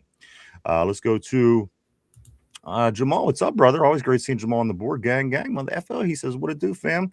And it's always good, my man. Always good hearing from you. I know that Jamal is ready for the draft down in Texas. Mark Malone. Man, all the greats are coming out today. Mark Malone, I'm getting a strong sense that Beck is the guy. Oh, it's the same way that you would get the strong sense that he was staring at you if he was across the room. You get a sense, but you just wouldn't know for sure. There you go. Oh, my Lord. There's Sloth. Face of a franchise right Yes, there, he if is. I've ever seen one. For sure. He's going to be somebody's quarterback, if you can believe that. Let's go right here. What's up, gang? That's Ty. Let's go here. Ty says, Mark, I just knew you was going to say that. Shaking my head. We don't want Sloth Boy. Aller, probably the guy. Being realistic, I hope that that's not the case either. Mark Malone says, I don't know, Tyrone, if that elbow checked out. Let's go here to Squeege. My man Squeege on the terrible board. Always great seeing you. He says the AFC North continues to stockpile S-tier talent. Let's go here to Ty. Ty says this. Yep. If one getting traded has to be high, it has to. I agree. You can't trade the younger guy. It's just stupid. Unless Alex Highsmith was Greg Lloyd, it's illogical to trade. I wish it was TJ because of his stupid contract, but hey, that's just me. I know. You're not wrong, Derpy. You're I not know. wrong. That would be the way to do it. But when your owner wants him to be a one helmet guy, your GM and coach, their hands are tied. You know, like they can, right? You know, say, hey, this is gonna. I guarantee this conversation is gonna end up with saying Franco Harris ended up with Seattle Seahawks. Go ahead, Mike. Hey, Franco Harris ended up with Seattle Seahawks. But you know, it's the truth. Like you can't be afraid to move on from guys that were legends for your team. Like this is what like bad teams do. They hold on to guys too long, hoping that they'll continue to keep playing the way they are, especially when there's signs of regression. I'd rather move on a year or two early than hold on to a guy 2 or 3 years past their prime and miss out on young talent. And that's what's going to happen here. We could potentially, miss out on re-signing Nick Herbig because of the contract of TJ Watt. Because you potentially, with that Watt contract, you got Herbig money in there, and you have Joey Porter Jr. money in there, and you probably even have Mount Washington money all in that one contract, and you're kind of screwed because of that massive deal. RB says this. He says, of course, our RB right here from the show. He says, and will be with us this week. I think tomorrow he'll be in. Also, Thursday, Friday's going to be in quite often this week. Our draft expert on the show, RB, says it's not a smoke screen, it's lip service. You can't come out and say we need O-line, not be in position to get any, and come back and tell the guys you admitted you needed to upgrade your own guy. RB says this. Beck looks like Derpy on Ozempic. Derpy. Hold on. Let's pull this back up. Tortilla has the best one though. No. We're not blowing by this. Tortilla Yes. has the best one. Yeah, Look at this Tortilla. this looks like a sunken face Derpy. You're not wrong. You do kind of, yeah. He's got like the boyish, He looks like a New York Jet. He's got the youth look to him. You give Derpy the cockeye. Whoa! You put a cock on Derpy's eye. Let's go here. Go for it, brother. Han John says we are not trading TJ Highsmith or Herbig. Somebody's got to go. See, I mean, the thing at the end of the day, Han John, what do you do? You for one can't afford to keep all three guys, right? Because Herbig is going to get a contract, and Highsmith makes decent money, and TJ Watt makes quarterback one money. So at the end of the day, something eventually has to give. So if it would happen in this draft, maybe to help us benefit the team in a way to get the quarterback that we need next year or something in this year's draft. I know Dallas is very interested in putting their hands on anybody that has any sort of name in this league that's on defense. They've been all over talking about wanting Alex Highsmith all along. Dallas is ahead of us in the draft. I think they got 2 first-round drafts or 2-round picks. So, again, it wouldn't surprise me if Dallas would work with us somewhere to get that guy, Mike. They wanted Patrick Queen. They wanted Highsmith. Take our defensive roster and just and throw it out there. That's what Dallas wanted at the end of the day because our defense was so good last year. If you're trying to stop anybody from having a 250-yard game, I wouldn't go from anybody from this defense. Besides the point, again, we'll certainly be keeping our eye on that, Han John. I don't know if I agree or if I disagree, but I just know at some point something has got to give. You're not going to continue to keep these 3 guys for multiple reasons. Herbig deserves to play. He earned a starter's role. He had more sacks than TJ Watt did. So again, and he's going to want his money now. Yeah. So it's just it's not logical to think that these 3 guys are staying. If it could be most beneficial to make a move in this draft to help and maybe again get that franchise quarterback ultimately that you want to get. That might be the move. So again, I'm not saying that you're wrong. I'm not, but I'm just saying it's a possibility now. It is a possibility, and it was made known that it's a possibility. So that also is new news.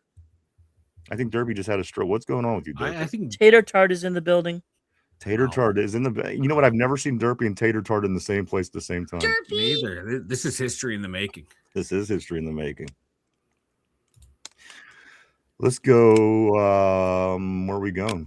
We're gonna go right here. Tortilla says Beck was definitely on that island.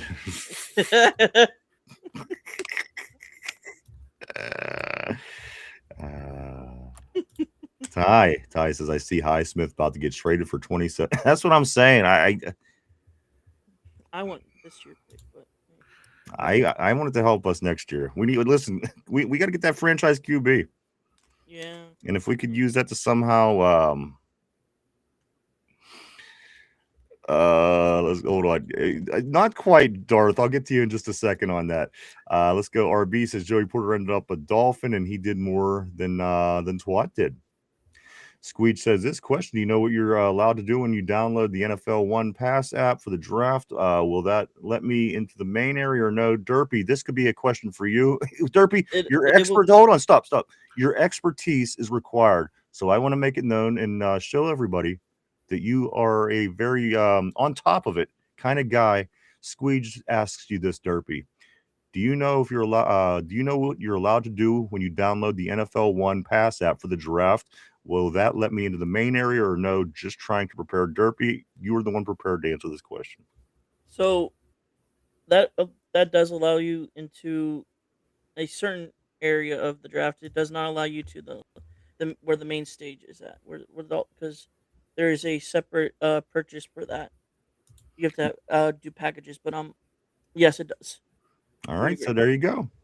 Derpy the expert. Derpy, I don't have a reason to boo you. I have to applaud. I applaud your knowledge, Derpy. Nobody here had the correct answer for that besides for you, Squeege. There you go. Derpy knows.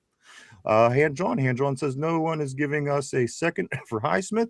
And you know what? Probably not a second, but at the end of the day, I think that Dallas could certainly they want somebody.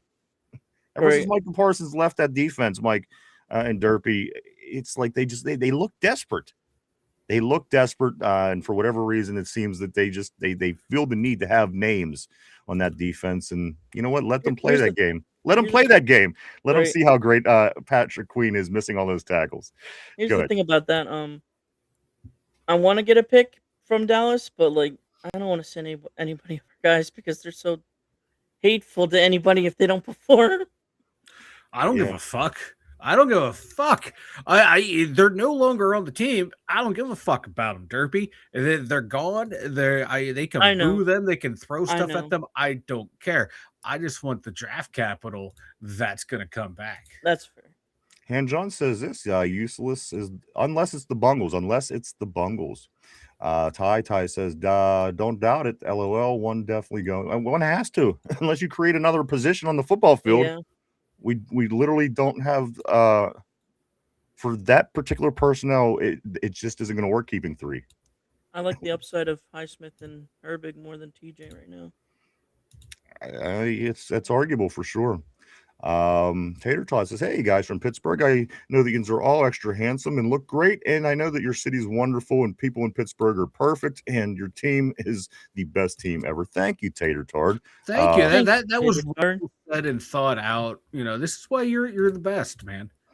Let's go right here to Hand John. Come November, then we could talk trading one. Tyrone says, hi, Tater. Hi, Tater, the Cleveland Clowns. RB says we need a human centipede. Derpy and Tater. Oh God. Derpy, Hey. I'm a Steelers fan, not a Browns fan. I can't. Where would Derpy Derpy be in that centipede? Would he be in the front or the back of Tater? I can't be around that person. I can't be around that person. I think he would be the front.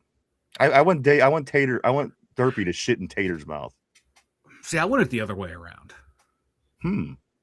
Now that you say. I still want Derpy shitting in his mouth because listen, we don't know what Tater Tart looks like. He could be a health nut, Derpy. Who knows what the hell he's shitting? You know what I mean? This is true. But I kind of like the humiliation of Derpy being shit in his mouth. I mean, I like that too, but Derpy. It's never easy. Let's go right here. Let's go to Darth Jar Jar. He says, wait, are you saying Tater is his burner account? We're not, but there was suspicion at one time. Tater Tart is actually from Ireland, Darth. He's a Cleveland Browns fan from Ireland. That doesn't make any sense. Make it make sense. Maybe they have the orange helmets. The Irish people have orange hair. I don't know. I'm still trying to put a piece together myself. Doesn't make much sense, but let's go to Ty. Howard minicamp is quarterback one. That is what's looking like. That is what it is going into minicamp. You're 100% right. Will Howard is your number one quarterback. Han John says this: what you do is not trade them before the draft. You do it in November for 2027, second or third. I like the thought process. Somber says throw in a late round pick. It's possible. For sure. Sweet says we got a second for Claypool. Edge rusher is highly sought after, and the way Con works absolutely shouldn't get anything less than a second for high. I hope you guys are right, but once they start, these teams start throwing, seconds. It's hard to pull a second, isn't it, Mike? Oh. Yeah, I mean, it's you hard to get a. You got to be pulling some. You got to be pulling something good to want to give up your second round pick. You got to be like a young player on a contract that's probably still has 3 years left on it to get a second. Highsmith's a little older, has this year and next year on his contract. Like to get a second out of him, you got to package another pick with him. You're probably going to put like a fourth, fifth, maybe. To get up there to get that second, and then like the way draft picks next year are being valued, man. Like if you want a third round pick next year, you probably have to give up the same capital that you would have to get a second round pick this year. The way people are talking about next year's draft, it's seeming like that those picks are going to cost more. So if a team's offering me a second for Alex Highsmith, I'm running, and I like Alex Highsmith. Right. I like to when we drafted. That's the thing. It's not that I don't want Highsmith. We just have to make a move. We're in a position where we have to shit or get off the punt. We have to. Yeah, looking at how the roster is constructed and how it's going to be constructed in the future, Watt's not going anywhere. One, because of the contract. Two, because Art Rooney wants him here. Okay, that leaves Highsmith or Herbig. You don't trade the younger guy who has the higher upside right now. Yes, I know how important Alex Highsmith is to this defense, But if you want to sign Porter, you want to sign Herbig, you want to sign Mount Washington, you're gonna have to free up money somewhere. And you start with Highsmith, you start with Patrick Queen's contract coming off the books next year, and Cam Hayward's contract potentially coming off the books again. That frees up a lot of money to sign those guys and other people, and then spend in free agency. So you got to make those tough choices, and that's what it is. It's not an easy choice. This is a tough choice to make, but you got to do it. You have to do what's best for the team. And right now, trading Highsmith seems to be the best move for the team. I hate it. I don't like it. I don't love it, but that's just the reality of the situation. I'd love to keep all three, but you just can't. Darth Jar Jar says this. He says, first time as a Panthers fan, I feel optimistic since 2015. Just got to wait out Bryce one more year and draft a quarterback next year. They're over the midget down there. But here's the thing about the midget, Mike. They won a lot of football games last year and certainly were improved in that division. They were like I like the way he's been developing year after year after year. If Bryce was another, I don't know, 4 inches taller, he'd be I think he would be so much better.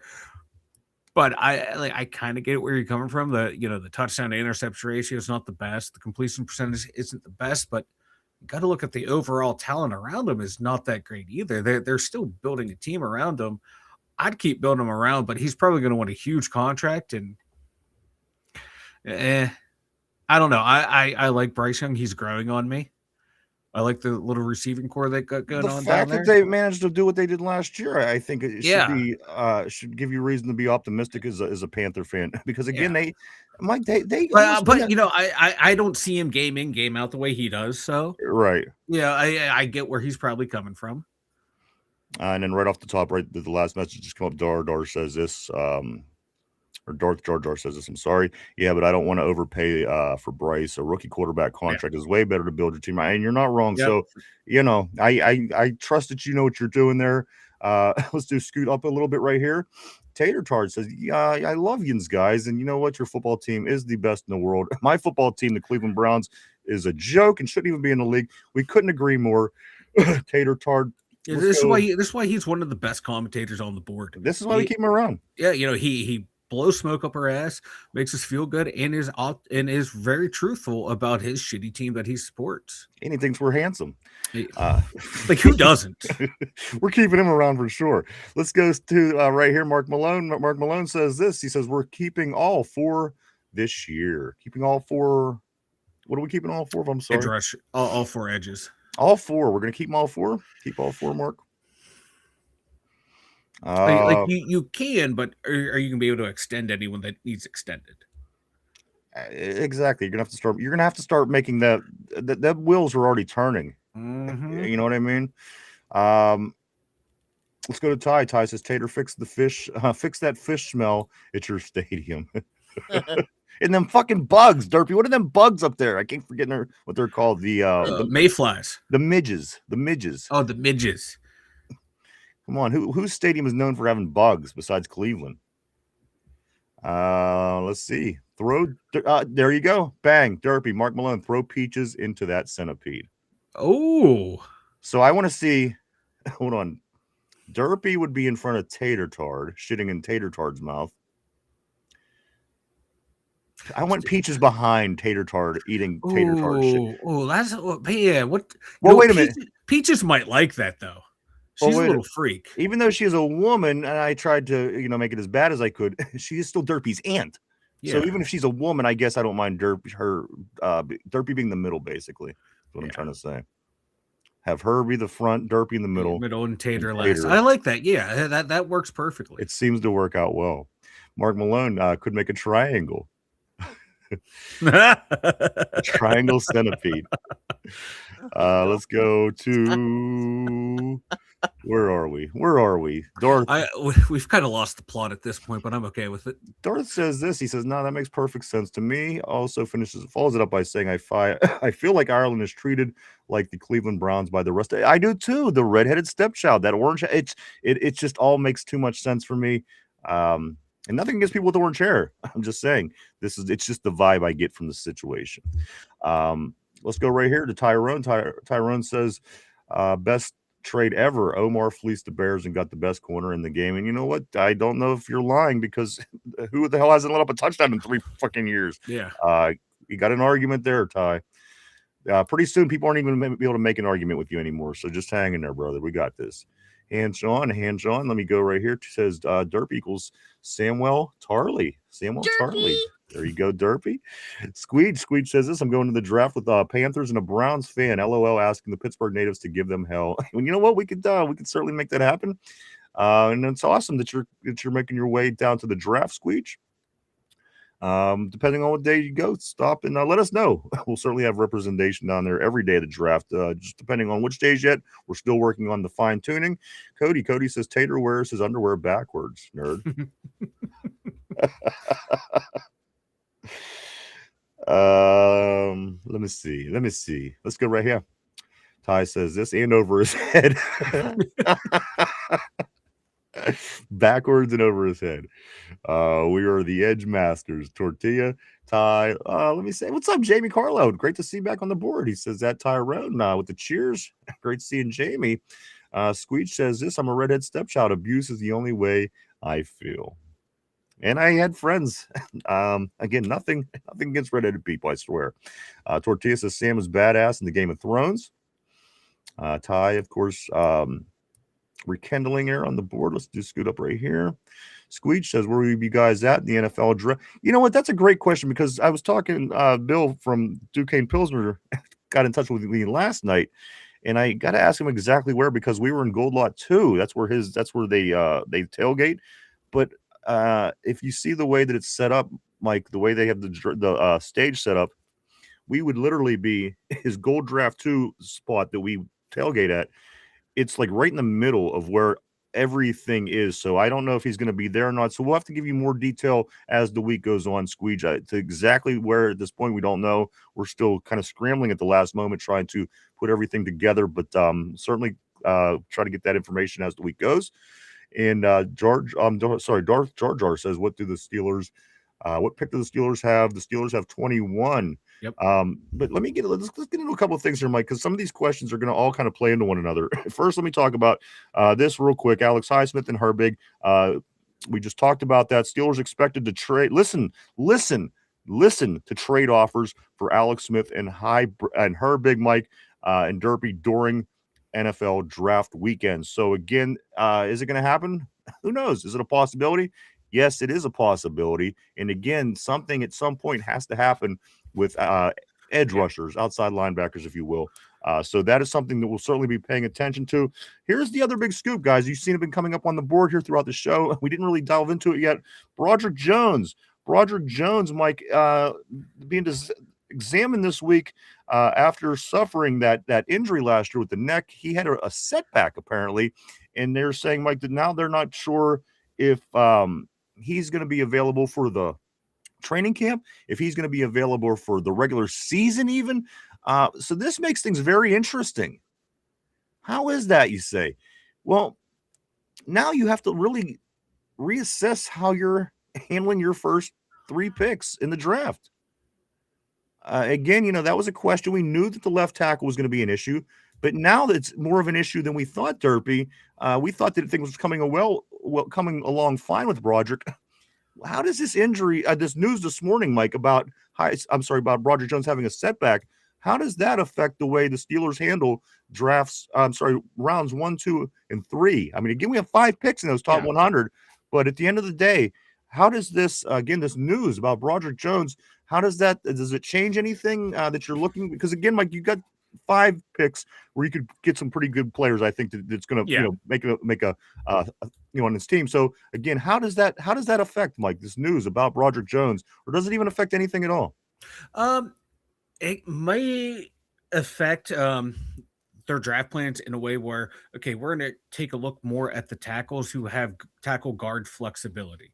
People like Spencer Fano, he played tackle in college, but his arm length, his height, and all that, it's the way he plays and his pass protection. You want to see him maybe more as inside as guard. Same thing later on in the draft with in first round, maybe if you want to go that route as well. Max Ianker, he played tackle in college, projects more as a guard too, but can also play tackle. So if you want to trade up, you could probably trade up, get Fano, play him, inside or outside. Can trade back, get more picks, get someone like Ianker, or you can stay where you are, figure out who's there. Okay, do we want to go if we're at 21 and Vega's there, take him, then figure out, okay, maybe take a guard, or excuse me, a tackle in the third round.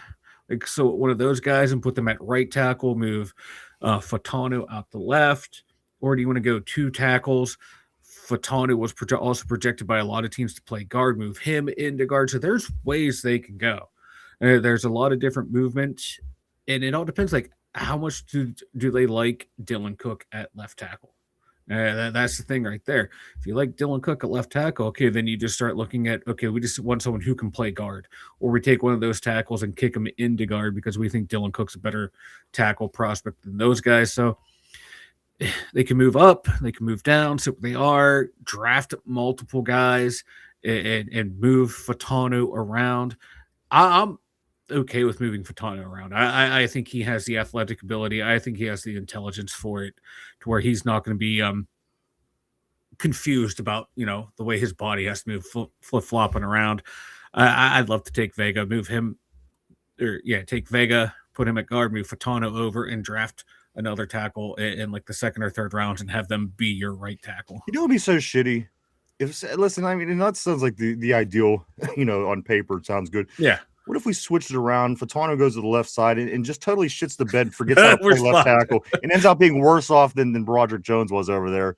Again, that's just the thing about life. You just never know. But you just never know. But yeah, they have. There's a lot of guys that they can still choose from, or if they want to, keep Dylan Cook there, draft a guard in the first round, then you take a developmental tackle later in the draft. Absolutely. Let's do go back and stick on the board here for a second, Mike. Squeege, he says, I'll do my best to shout out to two Dum. Hey, man, we appreciate that. And again, we'll keep you posted, man. It'll be awesome. We'll have a beer if we all run into one another. Make your way to the Duquesne Pilsner setup, Mike, and everybody, because again, beer, there's going to be Duquesne Pilsner for all. So do swing by. Hope to see you there. Squeege says 21st, I do believe, follows it up by saying this. Do you guys want to keep all the third round pick? I mean, not necessarily. I mean, it would be nice to get 5 picks in the top 100, first 99, I'm sorry. But at the end of the day, that is a little bit of a luxury as well. And if you do need to use a third, you have multiple. I mean, what is it? Three third round picks. So again, you could, use that to your whatever suits you. And then maybe, you could get through the first 2 rounds and say, you know what, we can use this as a trade because we got this. Now we don't necessarily need to do that. So it's, again, draft is such a as it comes thing. And it's like with these people that's been doing mock drafts for 2.5 months. I never got the joy of that. I know that people love it. And again, I have nothing against people that do. I think it's fascinating that people could get into the point where they can actually sit there and to me, it's in my head, I'm like, okay, well, I made this pick and I want this guy, but if this guy don't work, then that kind of F's up my draft. It just throws me off. I don't know. I don't know what my issues are, but at the end of the day, I'm fascinated by people that do that with these mock drafts. I think it's cool. I think it's cool. Yeah, I do it a lot too, to like learn the players in the draft, learn other teams' needs, and just kill some time. But I use it for a tool to figure out who the hell these guys are. Tyrone says, Ryan, let me tell you why Highsmith is the odd man out. He's 29 last year and always has groin. With that groin, I mean, and it's this weird injury that you won't hear about until it happens. And then you're like, oh, there's that nagging groin again. He's had this groin injury for 4 years now. You know what I'm saying? So again, at the end of the day, he kind of does fall in the category. But on the other hand, TJ's contract certainly is a whole different story, but it doesn't seem like he's going to move. So let's save our breaths. He says this injury now, Herbig 24, almost had the same amount of sacks and played much lower snaps. It will be cheaper. Absolutely.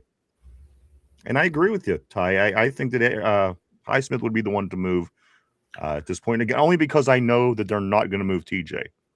If I thought it was a possibility, I'd have a different opinion. But knowing what I know, I think that Highsmith is the move that makes sense. Alex Smith, Cody's saying. Also, Squeege, agree. Highsmith has been very productive, but also injury prone and aging. I'd like to move on, get some draft capital, and go with Herbig. I think that's ultimately the move, Mike. I do too. And, like I said, I don't want to see any of these guys go because we need them. But the reality of the situation is if you want to keep other players around, you're going to have to move Highsmith to free up some space. Same thing could be said for Patrick Queen, but with Patrick Queen, you don't have the depth in the linebacker room right now that we do at the at outside linebacker. So you got to pick your poison of either. I would, if we could just move one, I'd rather it be Queen, but the reality is it's unfortunately going to be Highsmith. It better not be Herbig, unless his contract demands are so high to where it doesn't make sense. Then you better hope if they do trade him, you get an offer back that is like off the charts, because you trying to explain away why you traded away one of the premier young pass rushers in the game. That's going to be a tough sell. Wouldn't it be tough, especially after trading away one of the best wide receivers in the game just last year? Yeah, at least with with Pickens, you can point to look at the buffoonery and tomfoolery stuff he's done. Look at how much we fined him the first couple years he's been here, where Herbig has been nothing, or has been the complete opposite of. Well, I mean, the guy who's been here. You got to put in a condition he's a rusher, not a wide receiver, because the wide receiver that we brought in punched a fan in the head. So again, but you know what I mean, though. It's you're trying to just those two players, what DK did, but with Pickens and Herbig, it's an easier sell of why you had to do it. But just don't let it be Herbig unless a team is dumb enough to offer you a first round pick. Then you go to pause and think. That's not going to happen. Yeah, I know. I'm just, that would be the only way I would trade him. Expected to listen to trade offers for Highsmith and Herbig during the draft weekend is the headline. Mike, I want to go back to Broderick Jones for a minute. I have the headline that I was looking for here last time. Broderick Jones will be examined this week after suffering a setback from the season-ending injury. A test will help determine his availability for training camp and the start of the season. I think that was in a nutshell what I was trying to say. Yeah. So again, that's what's going on. The scoop with Highsmith. The information that he is going to be on the block. I mean, he could possibly be traded. We get that information. Broderick Jones with the setback. How does that change things? We get this information. We also get the information that Aaron Rodgers, we're not expecting him all of a sudden. I think the real ones knew what was going on, and everybody else is kind of just being coaxed along as far as the national media goes, because they followed every single thing that was said by this person, that person, and none of those things came true yet. But again, we still have 3 days between now and draft day. You can't rule it out. Listen, if he comes and makes an announcement one way or the other, I'll be thrilled just because we'll know. But beyond that, I thought Aaron said it wasn't going to be like it was last year, or somebody said it wasn't going to be like it was last year. And here we are, Mike. If you get through this draft, you're already heading into May without having that announcement yet. Yeah, and it sucks as a fan not knowing what's going on. All you can do is trust what they're saying of, hey, we're in constant communication. We know what's going on. But the way they draft might tip their hand as to what they really know. I agree. If you see a quarterback picked in the 3rd round, I'm going to lean heavily towards Aaron Rodgers is not coming back. And then unless, it's going to be, hey, we redrafted him because we know Rodgers is coming back and we're going to jettison Mason Rudolph. And then I'm looking here, Mike. This was said, Rooney confirms the Steelers won't draft a first-round quarterback, which, again, I think that's, for one, common sense, for two, smart, right. For three.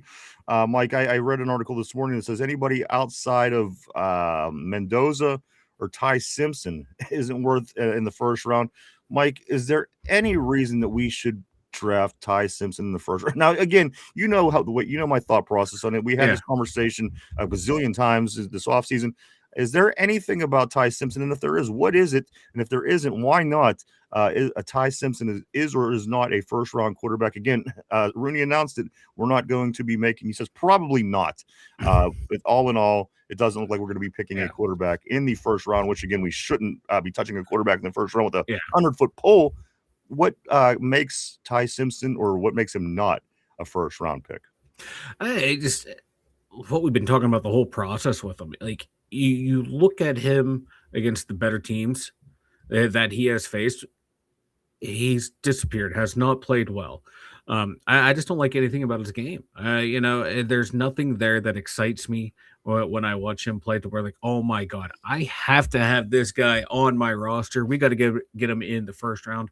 Let's go bang. Let's, bang the drum for him. Let's trade up, get him. There's nothing there. I don't want him. I want this team to continue to build the offensive line, flesh out that receiver room, and run with Will Howard, run with the developmental quarterback, and see if those guys are the answer. If not, you get your guy in 2027. Or, if one of these guys on the roster turns out to be the guy, you keep building that roster. I think Ty Simpson, it makes no sense in the first round. If he would somehow fall to the third round, roll the dice on him. Fuck it. Develop him. See if there's something in there. But first, second round, no, I just don't like him. And it's one of those things. You see a player play, and you just go, I just don't like him. I don't think he's going to be good. It's one of those things that's hard to articulate because you're just seeing it. No, I just don't think he's going to be the guy in the NFL, and I'm not going to waste the first round pick on someone who I don't think is going to be the guy. Mike, is anybody else going to take a chance on him in the first round? I can see the Jets with their second pick, maybe. What about Arizona? Arizona picks 34. So if he starts falling down, maybe they try and flip that to come back in like the low 20s, or they wait to see if he's going to be their day 2 first pick. They really aren't in a good position right now with quarterbacks. Arizona. No. I mean, Kyler Murray going to Minnesota. What's their move? I don't even. Jacoby Brissett asking for more money. Right. And he wants more money, and they're not going to give him money. So he might be their guy. If he's sitting there at 34, you might have to take him.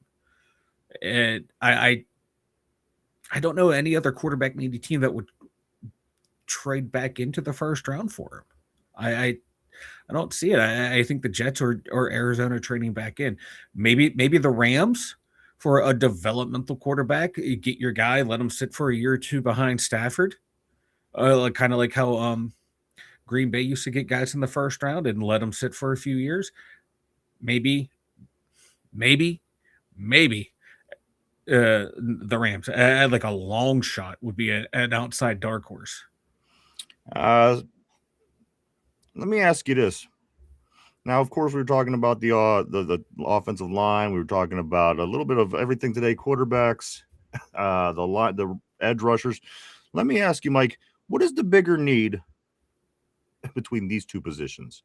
I've heard we needed this. I heard we need this.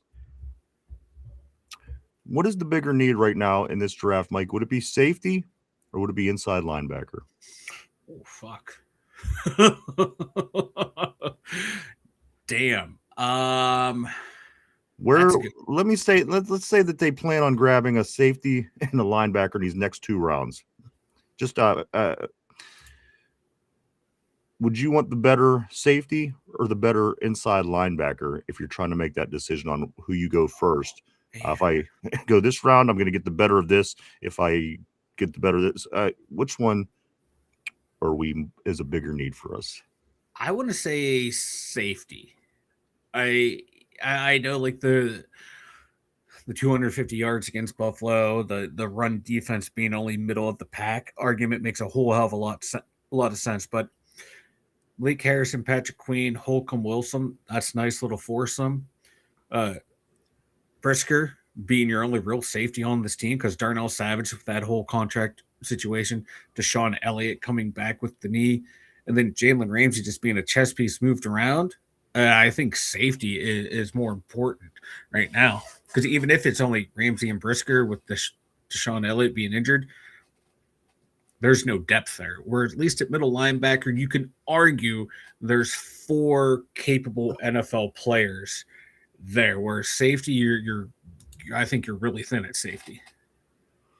And the thing about safety, over time people tend to stay thin at the safety position. But again, some of the aging players and some of the injuries that we've had in the past, it's not a bad idea to pay extra attention, Mike, to that safety Yeah. spot. But Like, again, I just they kind of feel interchangeable to me. They feel the same yeah. in the way that we need what it is that we need. Like I was going to say, I could be swayed the other way easily. Like, because just looking at them too, like, oh my god, we can upgrade on Holcomb, we can upgrade on Malik Harrison. Let's do it. But if we can upgrade on the Darnell Savage, if he ever signs, if we can upgrade on Fidel Castro back there, let's go ahead and do it. Like I wouldn't be opposed to this team taking a linebacker and a safety. I think that would be the smart move, taking one in the third, one in the fourth round. And you would go with the safety in the third and the linebacker in the fourth. Right now, safety third, linebacker fourth. Or if there's a better linebacker there, and you think the safety class is deeper, I think the safety class is deeper. You can go linebacker than safety. Let me see. We got some more stuff we're gonna get into, but let me get back on the board. I don't want to get behind, guys. Let's jump back on here for a bit. Let's see. Get a second for high. Where we at? Cody. I think Cody. So 8:15. I think you have to listen. Okay, let's go right here, RB. I think you have to listen to second for her big 2. Cody. Someone will give him the bag. Han John says soft tissue injuries for the most can be reduced with proper hydration. You know what? Yeah, what's so crazy? Now they have all the nutritionists and dietitians and everybody that the millionaires have in their lives. It's crazy how they have all these soft tissue injuries when hydration is the answer. All you need to do is put water in these guys. You're getting paid a lot of money to do the dietitian, nutrition, all that stuff. Can't you just get some water in these gentlemen? Gatorade, H2O. We need fucking Adam Sandler out there keeping these boys hydrated. RB, Tyrone says, RB, you can get a second for Highsmith. Let's go right here, Mike, to Cody. Cody says, pass rushers make that bag. Highsmith, Ty says. Ty also says, Omar says the lemon visit, was amazing. Squeed says this. I called the Pickens situation the day he was drafted. His college tape was enough for me. Dude's unbelievably talented, but I also is a mental case that shows his ass on almost every snap. Yeah. Mark Malone, he says Simpson does not have that look in his eye. There's a certain look Mark Malone is looking for in the eye of his quarterback. I know that. And he does not have it. Ty Tortilla says thank you. Ty Thunder. Tortilla says Vanilla Slim. RB Simpson has no elite traits, is what RB is saying. And you know what? Maybe I think that in a roundabout way, that's what you were trying to say, Mike. Yeah. Without saying those words, is he just you don't look at him and think, oh, I got to have some of that. Yeah, exactly. That's just how I feel about him. I hope he does well in the NFL. I just don't see it. It doesn't matter to me if he does well or not. If he fails, I'm just as fine. Right? You're like, fuck him. My life moves on. Tortilla says Vanilla Simpson. RB says Arizona trades 3 to Dallas for 12 and 20. That'd be interesting. RB says Dallas takes Styles, Arizona takes Vega, then Simpson. That's interesting. Squeed says it'll never happen, but I'd love Brissett to be our backup quarterback. He's not bad. I mean, as a backup, that's yeah. And he put up some really good numbers on a shitty team last year. Yeah, he did. He's effective out there. I mean, again, he's not. I don't know if he's going to win any Super Bowls, but again, Cody says, yeah, good. I was going to say, as a stopgap quarterback, you can do a whole hell of a lot worse. Absolutely. Cody says this: the Bengals are ass backwards. They ass backwards team. They let the Henderson go to the Ravens, then trade the 10th pick for a guy that got 1.5 sacks last year, and they have to pay him. Bengals are the Bengals. Again, does any of these moves that the Bengals and the Browns ever make surprise you? Do they? No. Tortilla, he says Steeler fans hate Ty Simpson more than bad drivers. Let's go right here. Cody says teams in our division are a joke. Half of them are. I could agree with that. Somers says we have no idea what the secondary will look like. So it's hard to say what we need. Believe me, that's my outlook on the whole draft thing, Somber. With the with the mock drafts, it's difficult for me to do that for whatever reason. Again, once my thought gets fucked up, it's like, well, this isn't what I want. This so anyway, you're right. We don't know what we have. We're gonna have to wait and see. Somber says that true, or Ty says that true. Somber Cody, linebacker and the real linebacker, a big guy that could stop the run. What about the comments that our linebackers are too small in the middle, Mike? We just got to a time where linebackers aren't built like Levon Kirkland or Ray Lewis or guys like this anymore. They're all smaller, faster guys who are expected to cover and do a lot of things. Which I think that Levon Kirkland did just fine at his weight. I think he'd be better than most of the linebackers today. Mike, what's your take on the comments about we just have our linebackers are just too small in the middle, and maybe this is why we're giving up 250-yard running games? Yeah, because the whole philosophy is get lighter in the middle so they can cover the tight ends, cover the middle of the field, the receivers that are there.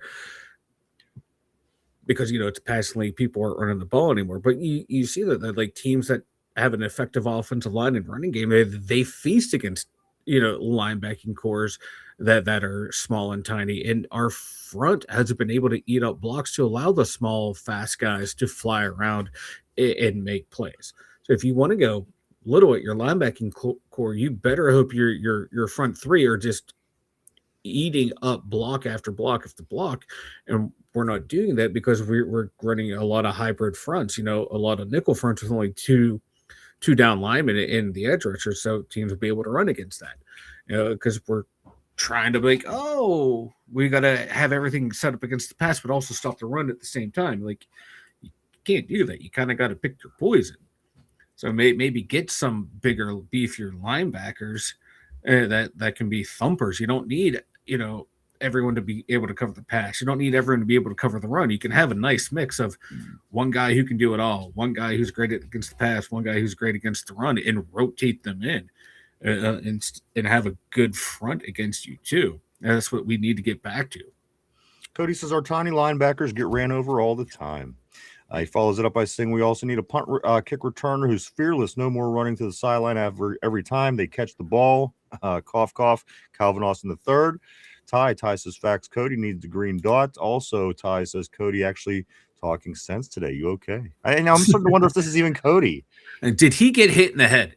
Blink twice, Cody. Are you okay? Couple more things, Mike. Do you want to go offense or do you want to go defense with the next topic? Let's stick with the defensive side of the ball. Defensive side of the ball, Mike. This is a strong group of cornerbacks. The group excites. Defensive coordinator Patrick Graham talking about this group of quarterbacks, Mike. He goes on to say Brandon Eccles stood out the most so far to him. He impressed most. Mike, let's talk about those corners. I love our two starting outsides with Porter and Dean. I think that's a nice, good 1-2 punch. Then you got your hidden gem in there, Asante Samuel. He was a starter for 3 or 4 years until the neck injury happened to him. He can make plays all over the field. That's a good move right there. And that Eccles, like you said, that he's an under the radar nickel guy. Sure is. I still think we look to address the cornerback position because Samuels is only signed for 1 year. Dean's a little older.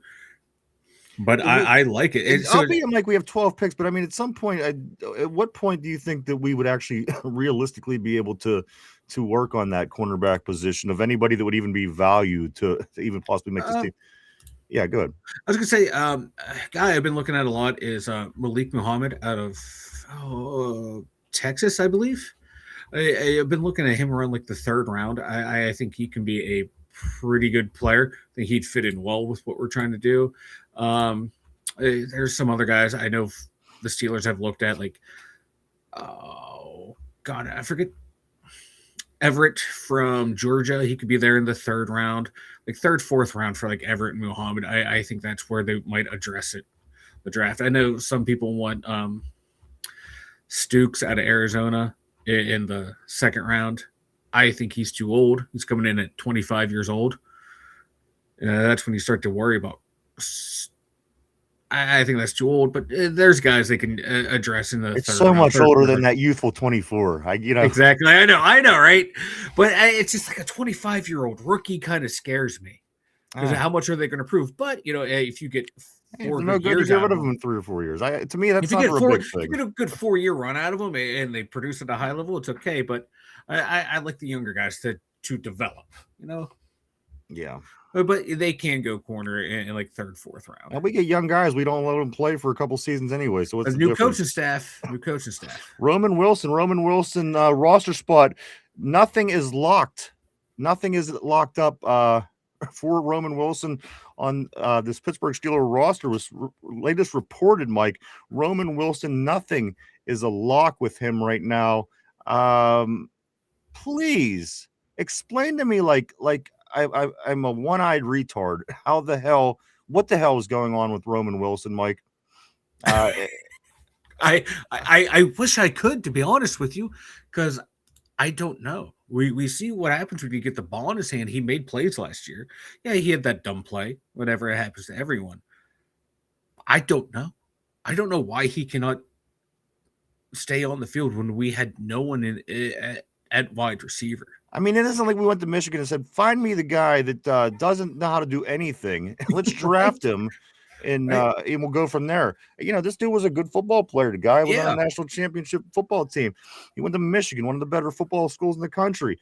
The guy literally went from one extreme to the other extreme, like it seemed like almost overnight. Because again, winning champions draft, all of a sudden now you ain't seeing the field. Okay, he's a rookie, injury, whatever. The case of the matter is, Mike, now he's going into his 3rd season, and he has legitimately not had any opportunity. And right now, this report's saying Roman Wilson's roster spot is not a lock. Mike, what's the chances Roman doesn't make this squad? And again, I don't know if there's a person alive that could give me an answer what's going on with this guy. If we draft 2 receivers, it's precarious, his position on this team. If we draft 1, he has a good shot of sticking around. He might have to beat out like an undrafted guy, but if we draft 2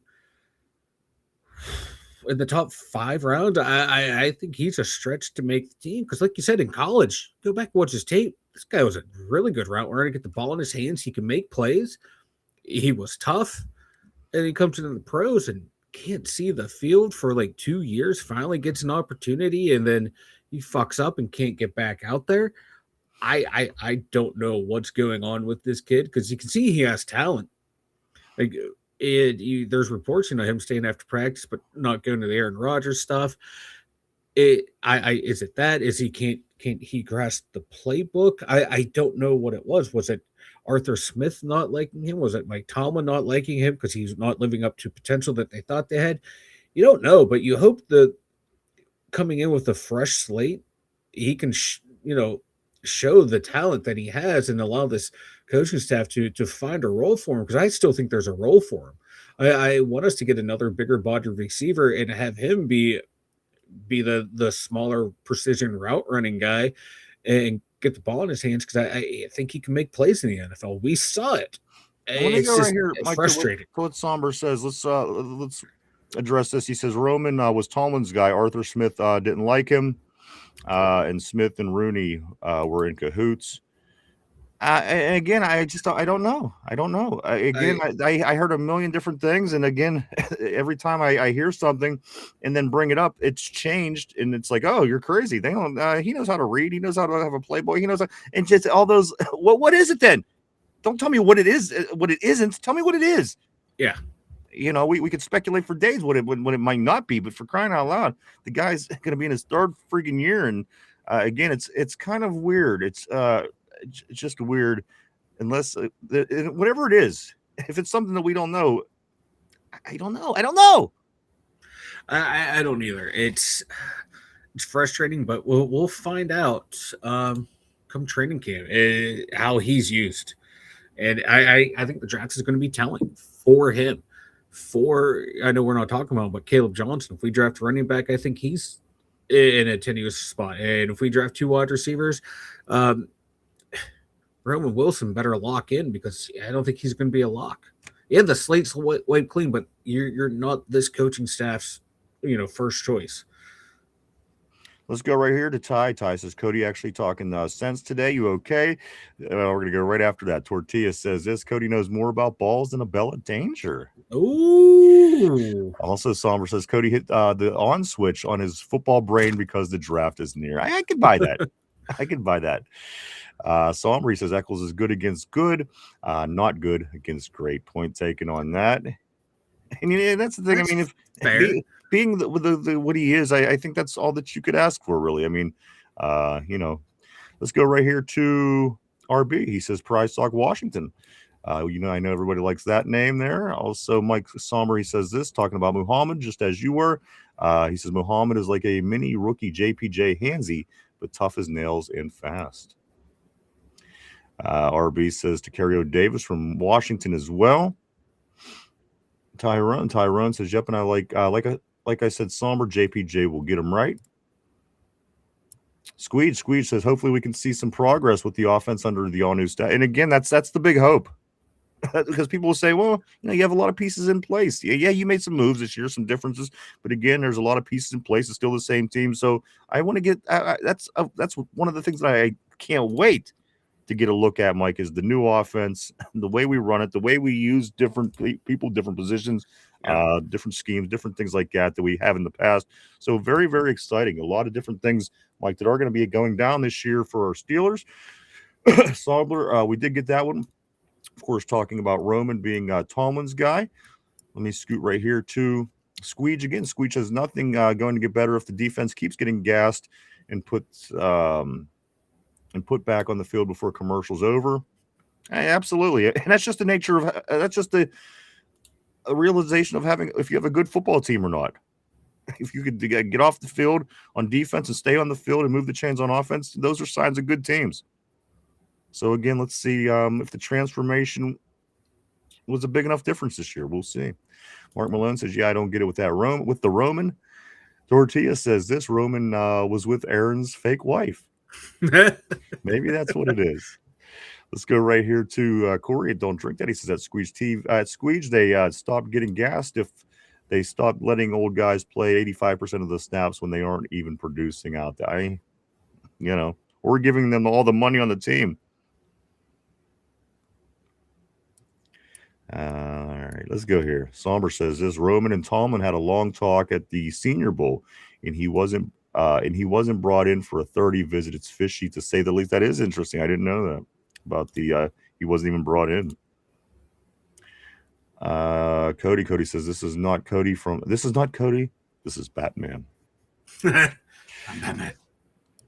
Right here, RB Sommer's right about Wilson being Tomlin's guy. Tomlin wanted to take Wilson where we took Zach Frazier. Weedle vetoed out. That is interesting. Tomlin wanted to take Wilson. Oh man, can you imagine? Oof. And we needed a center yesterday. We needed a center for like 3 drafts in a row. Ty said, yeah, we did. Ty says it was either that or nasty Nate Herbig. And he didn't even make the team after. Yeah. Tyrone says, well, keep this Batman switch on. As we are just 3 days away from the NFL draft, guys. Cody says, I like the special teams coordinator. I'd run through the wall for that guy. Tyrone says, I'm glad we didn't take Roman at the time. LOL. Frazier top 3 center. No, we needed to talk. And that was the right move. Getting our center of the future. Mm-hmm. It was greatly important. Oh, yeah. Like 3 drafts in a row, I watched like Creed Humphreys, Tyler Limbaugh go away. I'm like, if we let Zach Frazier, or at the time it was like Frazier, JPJ, Jackson Powers Johnson, like if we didn't get one of those 2 guys in this draft, I was going to freak out. Yeah, we almost had a chance to get JPJ again this offseason. I mean, it's only been a couple years since we got Frazier. He's already out there on the market, so we might have made the right move. We lucked out. Or he just got drafted to a shitty team out in Vegas. Which is very possible. Let's go right here. Ty says, I'm sorry, we got Ty. Cody, NFL messed up paying pass rushers so much no one wants to play inside. Hey, you're right. How has that become the superstar position in the league? It's never been that way. And even when guys like Lawrence Taylor, as great as they were, you didn't really ever overvalue that position, the outside linebacker. But now, man, it's a whole different beast with that edge rusher if you will, has turned into, Mike. Uh, yeah, it's crazy how it's become like a quote unquote premier position, but like who was the Chiefs edge rusher when they won all those Super Bowls? Who was the Eagles edge rusher when they won the Super Bowl? So it's crazy that is like the premier position now on the defensive side. It's nuts. Kenneth, it's always great seeing Kenneth Jones on the terrible board, my man. Hope you had a great weekend. I hope you were ready for the NFL draft. Again, just 3 days away from the big draft right here in Pittsburgh, PA, guys. Everybody's excited about it. Kenneth, I'm great. Always glad to see you. Tyrone says, Weedle, I trust with draft. For sure, he does a great job. I have no reason to dislike Weedle or Omar Khan. As a matter of fact, I'm very on the Weedle and Khan boat, Mike. Again, maybe there's some things they could do better. There's some things we complain about. There's some things that they could do worse. But at the end of the day, living through the first 45 years of my life being a Steeler fan, just not really being able to pull that trigger, Mike, pull in big players, pull in big names. You constantly see people moving around the league, going to this team. This big name receiver goes here. When did you ever in your life think that you would see a day when the Pittsburgh Steelers would bring in an offseason DK Metcalf and Jalen Ramsey, and the whole way down the list, all the way through this year as well, Mike, the names that we continue to bring in, Michael Pittman. So again, I like what the GM and what Andy Weidel are doing behind the scenes. I have no complaints at this point. Still, Mike, early in the tenure of the Omar Khan being GM, but to this point, I'm still content. I like the fact that they're aggressive. I like the fact that they're fleecing people. I like the fact they're pulling shit over people's eyes. These are things that I think that need to be done to be to be successful. Mike, you got to be a shrewd businessman, and that's what these people are. They're good businessmen, and so far I'm content. Yeah, I am too. I've liked the moves we've made more often than not. Not every move is going to work. Show me a GM in any sport where everything they touch is turned to gold. It's not going to happen. And we've had more winners than losers on our moves, and I'm okay with that. Because like I said, they're in a predicament where the owner wants to win, but also wants to reshape the roster, and that's really, really hard to do. Remain competitive and build on the fly. Not many people can do it. It's a hard road to take, and it's easy if you have a smart front office to tear it down and rebuild it back successfully, which is what they probably should have done. Allow these guys to start fresh when you hired them. But, this is the parameters that they have, and I think they're operating well within it. I'm looking at Arby's latest comment right now. He's saying that Odell Beckham Jr. right now is at the New York Giants for a physical as we speak. So there you go. The Giants maybe looking to rehash some old times with OBJ. That's nuts. Talking about receivers, Mike, I'm going to get into this. Michael Pittman Jr. Let's see. Michael Pittman Jr. says this. I went in there nervous to meet the people whenever he came here to talk about becoming a Steeler, Mike. He says, I went in there nervous on the first day, and he came out. He says, I had the best day ever. He says, I feel right at home. I'm, for a couple reasons, really excited about Michael Pittman Jr. being on the team. For one, we haven't had a wide receiver 2 on this team in 3 seasons. Yeah. So at this point, that's very exciting for me. The fact that he's a productive player, a good number 2, somebody good to play opposite side of DK Metcalf, very excited about that as well. Mike, it seems like as of right now, and again, you always hear the positive from guys when they first come to town. Yeah. But at the end of the day, this seems like it's going to be a guy that people in Pittsburgh are going to like. And if Michael Pittman loves football the way that a lot of these guys do, coming to Pittsburgh is a joy to play because, again, it's all about football in Western Pennsylvania. Oh, yeah. There's no fluff, no whatever you want to say. It's all about football. And the Steelers are all about football. Western PA is all about football. And Michael Pittman, you watch him play, this dude loves football. He's a physical player, not afraid to take a hit. So I'm comparing him to Hines Ward, Mike, in that manner. Yeah, he's not afraid to put his body on the line, not afraid to throw the blocks. Steeler fans are going to love him. I think we kind of already do, especially fans who've been paying attention. We've played the Colts, 3 years in a row? Yeah. Watch him play. He's a fun guy, big-bodied receiver, fits the McCarthy system. I love that addition when we got him. And for a 6th round pick, get the fuck Yeah. out of here. Like that is nuts. Normally someone like his level, you probably pay a little bit more for him for that. Got what DK for a second, that was a premium pick. If you're going off that scale, you would think Pittman would have been at least a 4th or a 3rd as well. But my God, this was a steal. I think he's going to be a great addition, and having him, DK Metcalf's going to help out whoever the quarterback is back there. I couldn't agree This more. team, man, this receiver core, the tight ends, the running backs, it's going to make any young quarterback's job so much easier. Excuse me.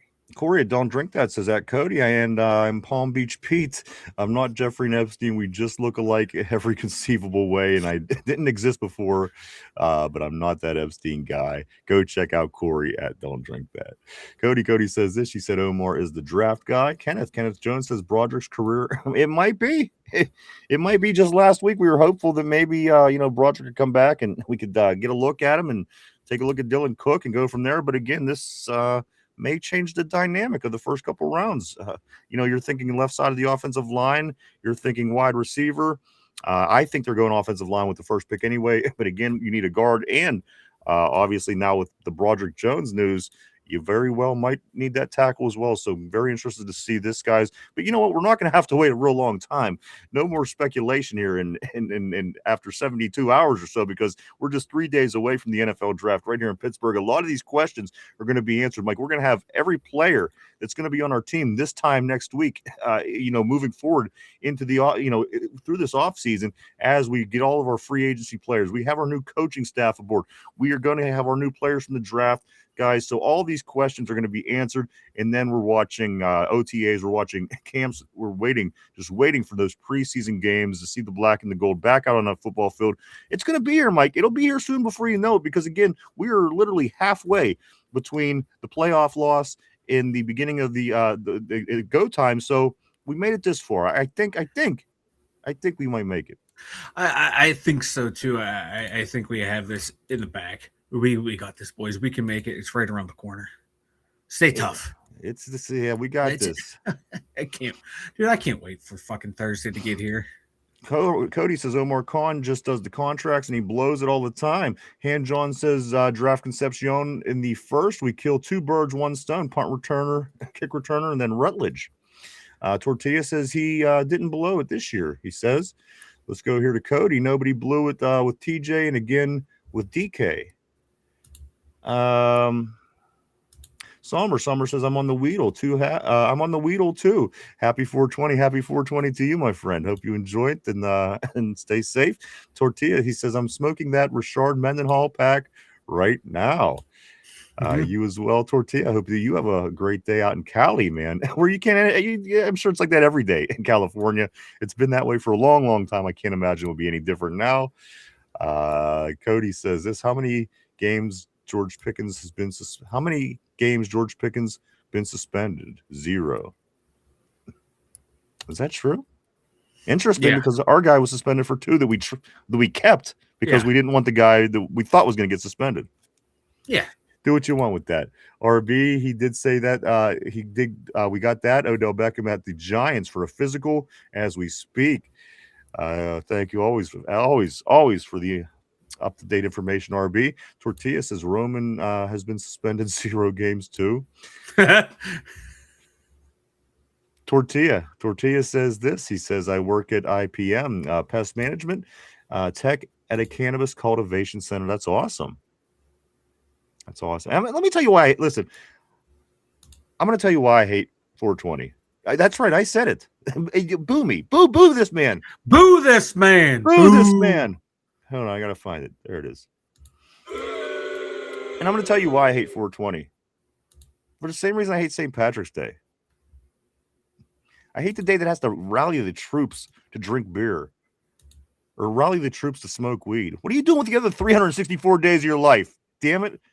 I don't know. I just get your shit together, people. I don't like the mainstream days like that where, it's like, oh, it's St. Patrick's. We all have to drink. You're an adult. You can drink anytime you want. What are you talking about? That's why I hate 420. I mean, I like the idea. I mean, it's a cool concept, but at the end of the day, ain't you smoking anyway? Exactly. You know, priorities, people. Get your shit together. Yeah, and it started with me with the Irish and the St. Patrick's Day. It's like, why you get downtown, everyone's dressed in green, they got big stupid things sticking off their heads, and they're what are you doing with yourself? Just drink every day. What's the problem? I don't need a reason. I don't need a reason. Cody says this: give DK 150 million to get suspended for 2 games and almost screw up our season, and have him come back and drop wide open passes. Cody, you're not wrong. How many playoff games did George Pickens help us win? The same amount as DK helped us win. Tortilla, that's Cody's fault. That's Kabuli's fault, not Con. Cody says, nerd. Ty says, we'll see this year, Cody, with McCarthy. Let's scoot up here just a hair. Right here. Tortilla nerds found out the world is round. That's what they say. Squeech says, what are some must visit? Oh, bro. Dude, they got a lot going on right now. They opened, listen, they have this really cool football town in the Cayman Science Center. It's a really cool thing, just talking about Western PA and the history of the football. Here we got. And I was telling Mike yesterday, we have the high school that has the most Hall of Famers in the NFL with Aliquippa. Our college football team has the second most Hall of Famers in the country. That's Pitt, only behind Notre Dame. And our pro team has the most Super Bowl championships. There's so much history. And again, once you start seeing all these people, you're like, oh my God, they're from here. He's from here. Wow, he's from here. Go check out the football story at the Cayman Science Center. It's highly touted. A lot of people keep talking about this. They're going to run it the whole way through the draft. Make your way over there. That's pretty close by. Again, with like a bazillion people, who knows what is going to be convenient and what isn't going to be. But they are having all kind of things. There's all kind of interactive stuff at the point. They want people to get over there to the point and hang out. There's so much stuff going on downtown, on the North Shore, at the point. And like I said, it's almost going to be like, I don't know if it's going to be fun, Mike, because again, there's just so many people in such a small. Listen, I'm all for a lot of people. You go to a big city, you have a lot of people. At the end of the day, it's a lot of people for our size city. Yeah. That's a lot of people for the size of Pittsburgh. And again, it's going to be difficult to move around. On top of, Mike, they're closing the second or third wave of roads today in Pittsburgh. Yeah. They have 4,000 of the stadium parking lots got eliminated from the stage, the setup alone. So take 4,000 parking lots out of it right off the top. And then they're doing 3 waves of closing roads down in Pittsburgh. I don't even know how this is going to be. Mike, these people are coming in from out of town. Yeah, it's going to be a rough one, especially if you're not familiar with the area. Oh boy! Oh boy! Oh boy! That's all I gotta say. We'll complain about it all week, I think, but there's a lot of cool stuff. I just, again, I wish you all the luck in the world with everything down there. Cody says this Omar screwed up Pickens DK thing. Bum. Handjohn says this. I do not use the product in any way, shape, or form. Hey, I have no judgment one way or the other if you do or not. Let's go right here. Cody says nerds sing karaoke with tortas. Tyrone says Cody turned off the switch. He said his football switch is turned off. Tortilla, apparently no one wanted Pickens at the time. I don't know. Though I don't know. Though he says, somber, serious question. How much longer do you think Boswell has in him? His contract is through the end of 2026, and Aubrey just got a big bag. Of course. Yeah. I don't know. That's a good question. At what point does Chris Boswell become too old? Is it are we just watching based on performance and kind of go from there, or are we going to make a call and say, well, he's getting up there. Let's make a move at the kicker position. I like Boz, but he was only 84% last year. Granted, he did miss 2 from 39 and 40, 1 from 40 to 49, and 3 from 50 plus. My God, 84%. You want to see that a whole hell of a lot higher. Yeah, he was kicking further out. He is getting older. He is getting along in the tooth. He's 35. It might be time to, just let his contract expire. Let him kick this year and find someone else. Because how many kickers are kicking well into their late 30s, early 40s? Cody says, but everyone wanted DK. Listen, we didn't have any wide receivers. I wanted to do whatever the hell we could get at the time. Yeah. And then it all caught us by surprise. Everybody was excited about the DKGP connection. I mean, everybody was, and everybody was just as surprised when they heard it was the trade was happening. I do want to say hello to Georgianne. She says, Ryan, Vanilla Thunder, how you doing? Great seeing you, Georgianne. I hope that you had a great weekend, and I hope that you're ready, because here in just 3 days, the Pittsburgh PA will be hosting the NFL draft. It's going to be staged for the world, a stage for the world to be watching, Mike, here in just 3 days. So close, baby. It's going to do wonderful. Our city's beautiful, and I think people are going to enjoy it. Let's go right here. Tyrone says Ball's 3 years. Tortilla says, I think Balls will retire after he becomes the Steelers' all-time leading scorer, in my opinion. Possibly. Somber says, yeah, because GP fights players, not fans, only different. Yeah. Hey. Jamal, I think Jamal is booing me. Jamal's booing me from before. Him and Aaron, they were booing me, which I asked for. So you know what? I have no hard feelings there. Let's scoot up here to Somber. You in here for some marijuana? Of course. You ever suck dick for marijuana? This man. That was the line that I was trying to smooth over, but Mike, you just of all the things we have said on this show, I'm getting pushed back for that one. Yes, because what? Danny Tanner was a weirdo. I don't know. Say what you want about Danny Tanner, but you know what? I always get called out for inappropriate comments. No matter where I am, but mine are always tame compared to everyone else's. But mine get called out. Tortilla says Ryan will say drink every day, then give Mike shit later. Tortilla, this is why you are number one on the friends list. Always, you're up there in permanent marker, my friend. Come on, that's game ball. I mean, who? I think you always have. Who knows me better? Who knows me better? I'm just gonna say, me drinking every day has caused me to lose 10 pounds. The past month. That's throwing it out there. That's what he keeps telling me. Somber says marijuana is not a drug. I used to. There it is, Mike. I used to suck dick for coke. This is the line, of course. There we go. Danny Tanner. It was the first time seeing that in the movie Half Baked, of course. Shocked a lot of people because he was Danny Tanner. Yeah. Let's go right here. Cody says because that's because Mike is a Penn State fan. Mike be better. Tyrone, I'm ready for this draft. Yeah, me too, dude. I'm so glad that we're down to just 3 days. I really am. Somber says sensory overload for the absolutely. And you know what? I've always heard this, guys. And again, we make the point to tell you that the Pittsburgh that isn't here is a small, big city. It's one of the smaller, big cities. And you always see people like I brought up the point last week, Mike, about people in New York. When you see all these people down at Times Square and you see the gazillions of people, and then you hear New Yorkers talk about it, it's not them. They're not downtown with all this mess. They're being at home, avoiding the mess and the mad people.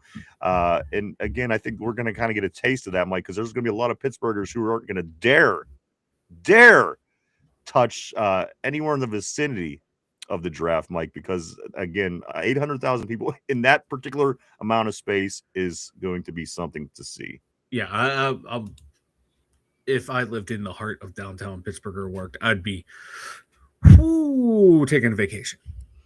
So yeah, sensory overload for the locals. Yep. Ty says my buddy at work, a Bengals fan, said the Giants finessed us. Finessed. Yeah, you know the Giants. You got to watch out for them guys. Ty says you pay Boss. He saved our ass so many times. I agree. At the end of the day, I think kickers should be making more money anyway. Yes, they only come out and kick so many times a day, but you know what? How many times a day does TJ Watt do what he gets paid big bucks for? You know?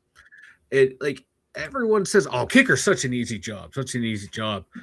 And oh fuck, man, we need to make a 60-yard field goal. Oh shit.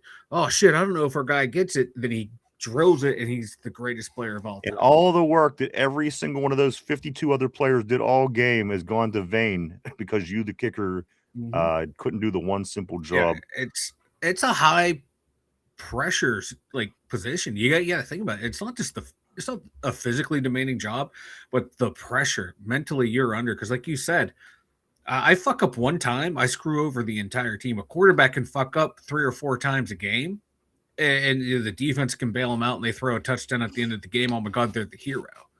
You miss one field goal, and you're packing your bags. Ty says least 2-year deal. They will pay him. Sommer says I feel like Boswell would just say, guys, I'm done. I don't think you'd have to give him the boot. It's possible. Whenever that time comes, of course, Sommer says, concludes. Let's go right here. Ty agrees with that. Cody says Omar Khan will probably give Boswell a 3-year, $180 million contract. Cody. That is voidable after the first 6 months. There's that switch again, Cody, and the switch. And Squeed says, is there an area you could suggest? Give me 1 sec to park at. I'm okay with walking decent distance. Don't want to be buried in the city traffic. Listen, I'm gonna break it down to you in a way. Park somewhere else and take the bus in. That's what we're doing. That's what the people of the show are doing. Because once you get downtown, let me explain.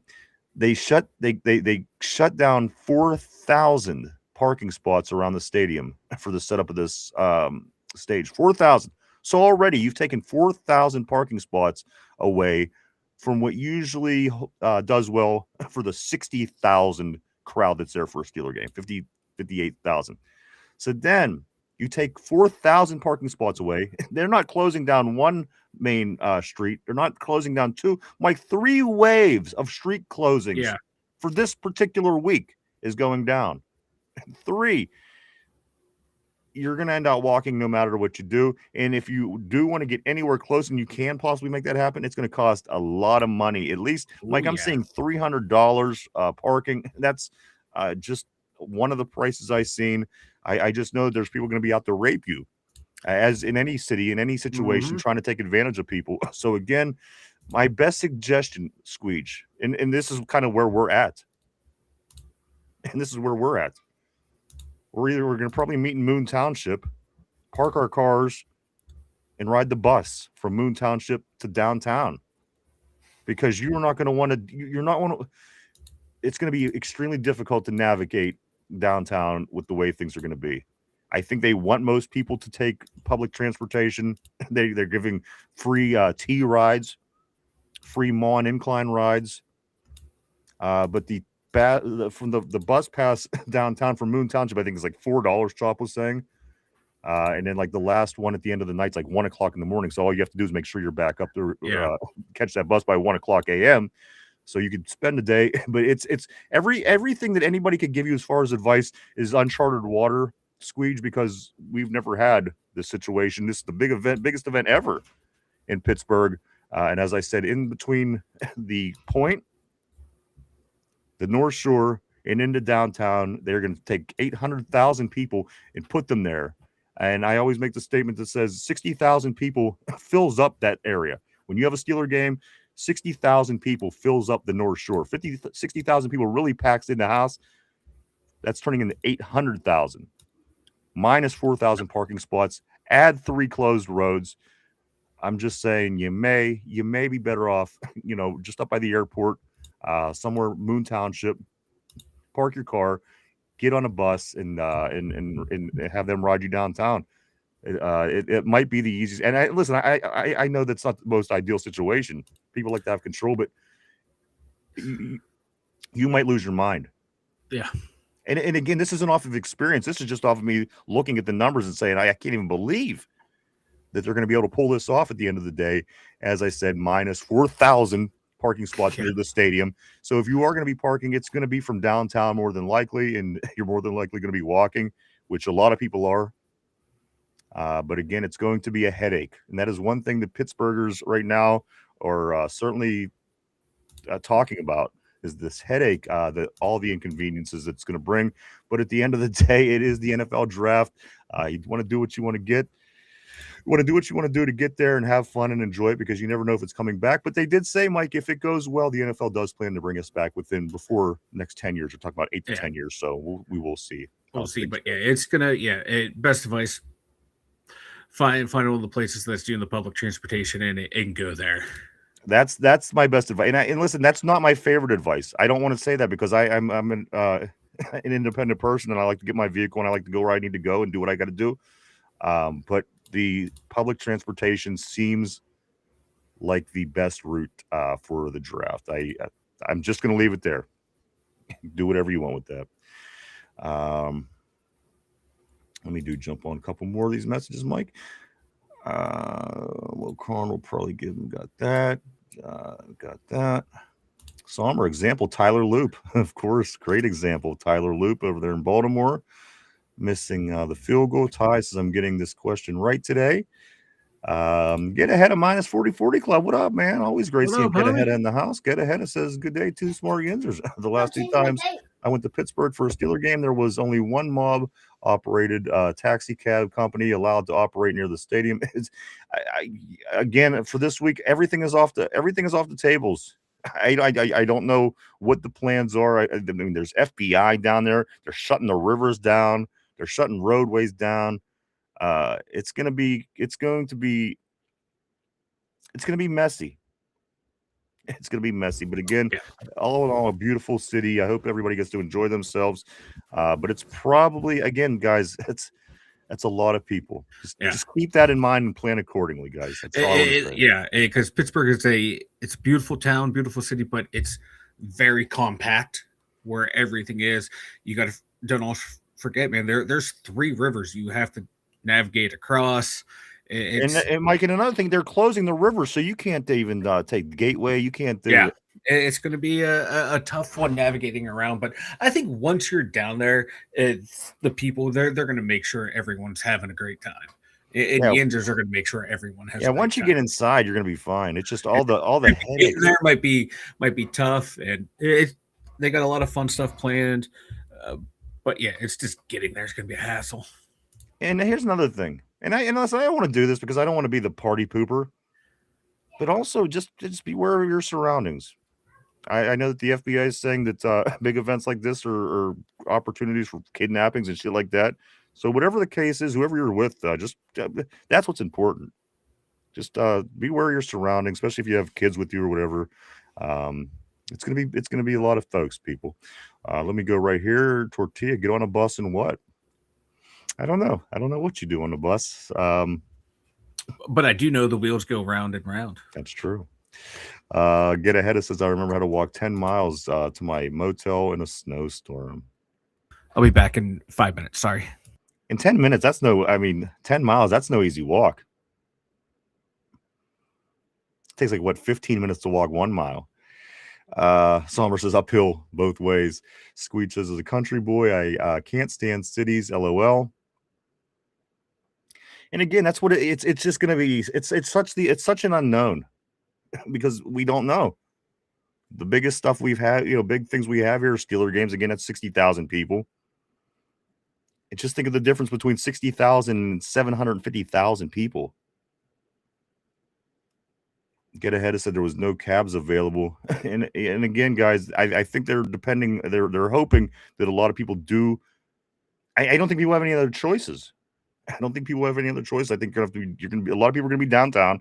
A lot of people are going to be walking. And as I said, I bet that the further parking lots are probably going to be pretty expensive as well. Again, they're throwing numbers out there. I don't know where and to where in coordinates where that is with the stadium, where those particular garages are, but I'm reading some lots are going to be $300. That's a parking spot. So again, at the end of the day, I'm not trying to discourage. We're excited. We're talking up this draft, getting ready for the draft. But at the end of the day, there's going to be a lot of headaches. Just keep in mind that it's probably not going to be the fun walk in the park as you are just at the draft. That's a lot of people in a small area. I think that's the point that I'm trying to convey here. Is it's a lot of people in a not so huge area. And again, the rivers keep us limited. What are you going to do? So again, then Derpy, that's what he's doing. He's catching the bus. He's taking a ride down over the hill from Moon Township downtown. That's probably going to be my route too. And as a matter of fact, I know that Choppy's taking that route. He's meeting up in Moon Township, taking the bus down. So that seems to be the way a lot of people are going. So I hope that helps, Squeege. I hope I didn't worry you. I hope I didn't scare you, but it's probably going to be a lot of headaches. Unfortunately. Let's go right here. Mark Malone says the only way I'd go in there is by boat or dirt bike. And like I said, the FBI's here. They're closing everything down. They're trying to keep everybody safe. Somber, if you live in the area, sign up for Uber or Lyft. You'll make a kill. You ain't shitting. A lot of people also, Somber, they're putting their houses up for rent. The Airbnbs. People are making a killing. $1,000 a night, whatever. I don't know what they are, but I know that people are paying. They want to get into town. You know what? And right now, everything is at a minimum. People are going to pay a mint. They will. They will pay. They will pay. Mike, rent out your bedroom to like 8 strangers. We could probably. I will. Well, pack them in like sardines. Let's go right here. Is John the Steeler Freak says this marathon podcast, baby. We do got all kind of things planned this week. We will be live streaming here for the night 1 on Thursday night. Mike will be here for sure. Between here and the draft for me. Derpy, I think, is going to be there first or second day. Chop will be there all 3 days. Finch might make it down either day 2 or day 3, depending on his schedule. So again, we'll keep you updated as the week goes on, but we will be live streaming from right here in the studio for night 1 on Thursday night. Mike will be 100% be here. Get ahead of says, I do have to give credit to the police in Pittsburgh. They allow fans to do anything in their tailgate parties. It was the most absolutely. And that's the thing. That's one thing that just worries me. I don't know if this is going to be, it's not going to be like a regular tailgate. Because think of how jam-packed the parking lots when you're talking about all the parties going on in the parking lot. Now again, add 700,000 people on top of that. That's my only concern. The tailgate parties in Pittsburgh are amazing. I've never had more fun in my life. But at the end of the day, it's the amount of people. It's going to be the headache. Again, going from the 60,000 that you've seen, add 700,000 on top of that. Let's do a move right here to Somber Lift. Oops. John says this, they will tell boss to sign or they will bring back the field goal kicker quarterback trick play again. And finally, Cody says country boys can survive. Let me grab these last couple, Mike, and then I'm going to swing it back to you right here. Ty says, I can't wait till JPJ finally break the bank and get ahead of says, yeah, that's going to be crazy. And getting, and the thing I would love to be able to help and give you great advice and tell you where to go to save money and save you from walking. I can't. I wish that I could for multiple reasons. Again, this is uncharted water for us. And for 2, just looking at the numbers alone is a logistical nightmare, in my opinion. But again, I don't discourage everybody. Please come to our city. It's beautiful. You'll love it. But just know that that's what's to expect. Mike, why don't you tell everybody what they expect to hear when you tell them about the website? Head on over to Dum Yinzers.com. We got all your draft needs taken care of over there. We got mock draft Monday. I'm going to have a slew of mock drafts posted up later today. Stuff I've been working on all morning, just like different scenarios. This guy traded, that guy traded. Stuff that we can do. So check that out. We got all around and nice social media links over there. We got links to the merch store. You can check out all of our funny little t-shirts. Check it out at Dumyinzers.com. Right here. Handron says, how much to parachute? You know what? That might be one of your better bets. Is the parachute or skydive or whatever the hell. Daddy Goodell in town. No funky business is what Tortilla is saying. Mike, of course. Yinzers and non-Yinzers alike. Got to make sure you're loud. Got to make sure you boo Roger Goodell. Of course, that's the tradition at the draft. Let's get into this question of the day, Mike. Put on your thinking hat. Everybody as well, put on your thinking helmet. Guys, we're going to, Mike, we're down to just the last few days for these draft trivia questions. Today is no different. 3 days from the NFL draft right here in Pittsburgh, PA, Western Pennsylvania. Here is your draft question of the day. Which college football team has the Steelers drafted more players from than any other college in team history? Let me read that again. Which college football team has the Steelers drafted from the most in team history? Is the question. Take a Wow. minute to think that over. We're live 5 days a week right here, Monday through Friday, 11:30 a.m. to 2:30 p.m. every day right here on the Tube. On Tube. Let's go to Get Ahead. He says, get AB to bring you in on his air balloon like he did in Oakland. Also, John says this, Ryan will have a panic attack. I'm having a panic attack just thinking about the crowd. On TV, no way his rap titled ass can handle the drunk mob. I can handle the drunk mob. Just that's a very, very large drunk mob. So probably in essence, you are correct. Cody says not Penn State. And Mike, what is your thought process? As Tortilla agrees, he says Penn State. Mike, what is your thought process? We've had a decent amount of guys from Penn State, but I don't think it's that high up there. Man, there's a lot of places to choose from. You know, we've USC, Penn State, Ohio State. I think we guys from Pitt, WVU. Man, it has to be one of the big schools. I'm going to go. I hate to say this, but I'm going to go with Ohio State. Ohio State. Is this your final answer? Final answer. All right, so I'm going to lock you in on Ohio State, Mike, for a final answer. You're locked in. Get ahead of minus 40 club says University of Georgia. Penn State, a couple of people saying, take some time, guy, or take a few moments. Think about it. Take a guess. Take a shot. Throw it up on the board. Let's see how close we can get Cody. Cody is also guessing Georgia as well. John, the Steeler Freak says, I read Wendy's plans to give away for one last time the original chicken sandwich for free. All you can eat. Better not be playing with my emotions, man.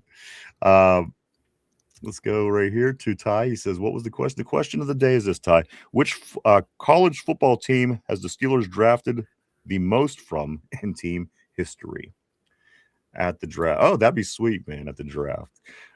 Take another moment or so. Go ahead and take your guesses. Throw them up there if you think that you might know. Even if you don't know, throw it up, see what you got. I'm seeing Rashard Mendenhall, State University, Tortilla. I think I'm leaning toward that being the correct answer. Georgia, Penn State, Ohio State, Ty is saying. A lot of different answers on the board. Cody, Bill Clinton. Cody is...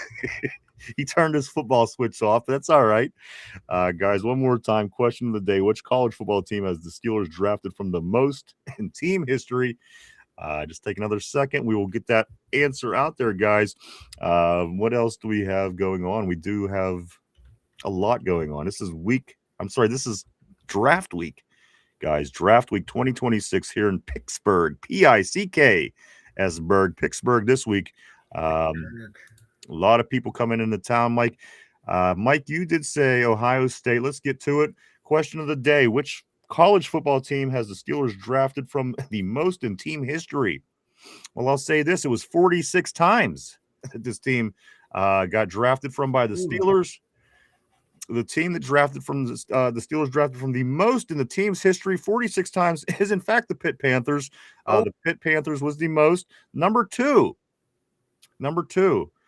36 times, Notre Dame. Number 3, 27 times, Penn State. Damn. And number 4, 3 teams tied with 24. They are Florida, Purdue, and Ohio State. Damn. So Pitt, 46 times players have been drafted from Pitt from the Steelers. Notre Dame, 36 players. Penn State, 27 players. And then Ohio State, Florida, Purdue, all 24 players drafted all time. So there you go, Mike. Tyrone says, damn, Hanjun said, well, Penn State was in there. They were certainly in the top 4, so can't complain. But the answer today, Pitt, 46 players overall. Tyrone says, just got off about the drive. Still listening. Great show, you bastards, as always. 2 motherfucking days. That's right, baby. Hey, it's all good, my man. And just stay safe while you're driving. Get Ahead of says this should be been 47, but they blew out with yeah, you ain't kidding. And it could have been more Super Bowls too, and certainly in the 80s had that been the case. Let's see, Mike, what do we got going on? A lot of things going on. I can't even begin to describe how much is going on, especially if you love your sports and you are a love your black and gold. one sport, two sports, three sports, all of the sports here in Western PA, Mike. But tonight, the Pittsburgh Penguins, they get an opportunity to get back at those hated Philadelphia Flyers, the hated rival from across the state, tonight in Game 2 of the Stanley Cup playoffs, first round. Mike, the Penguins trying to get back and tie the series as Philadelphia wins it 3-2 on Saturday night, giving them the 1-0 edge tonight's game against Philly. Yeah, hopefully we can get off this night, tie this up, go into Philly, tied up. I don't want to go on the road down to 0-2. It's not a good spot to be. Man, buckle up, boys. Play your game. Don't get sucked into what the Flyers want you to do. It's not a must win, but it is a must win. Yeah, you know what I mean. It's as important as any game tonight, because as you said, you don't want to head to Philadelphia being down 0-2, which we generally play well, and Sid plays immaculate. At the end of the day, it's now, it's the present. What if this doesn't happen? What if it doesn't happen? The history means nothing. Let's get this win tonight, because again, Mike, it's not necessary, but it's going to be a big win to get if you can get it. Yeah, because if you 0-2, man, that's a deficit you don't want going on the road. Yeah, for sure. So again, guys, lots of sports going on. Our soccer team, our baseball team, our hockey team, all of our teams, Mike, looking good right now. The Steelers hosting the draft in just 3 days.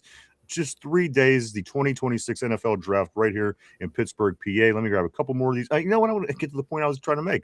All these sports going on, Mike, it makes me drink, because at the end of the day, it doesn't always go the way that you want. Sports don't.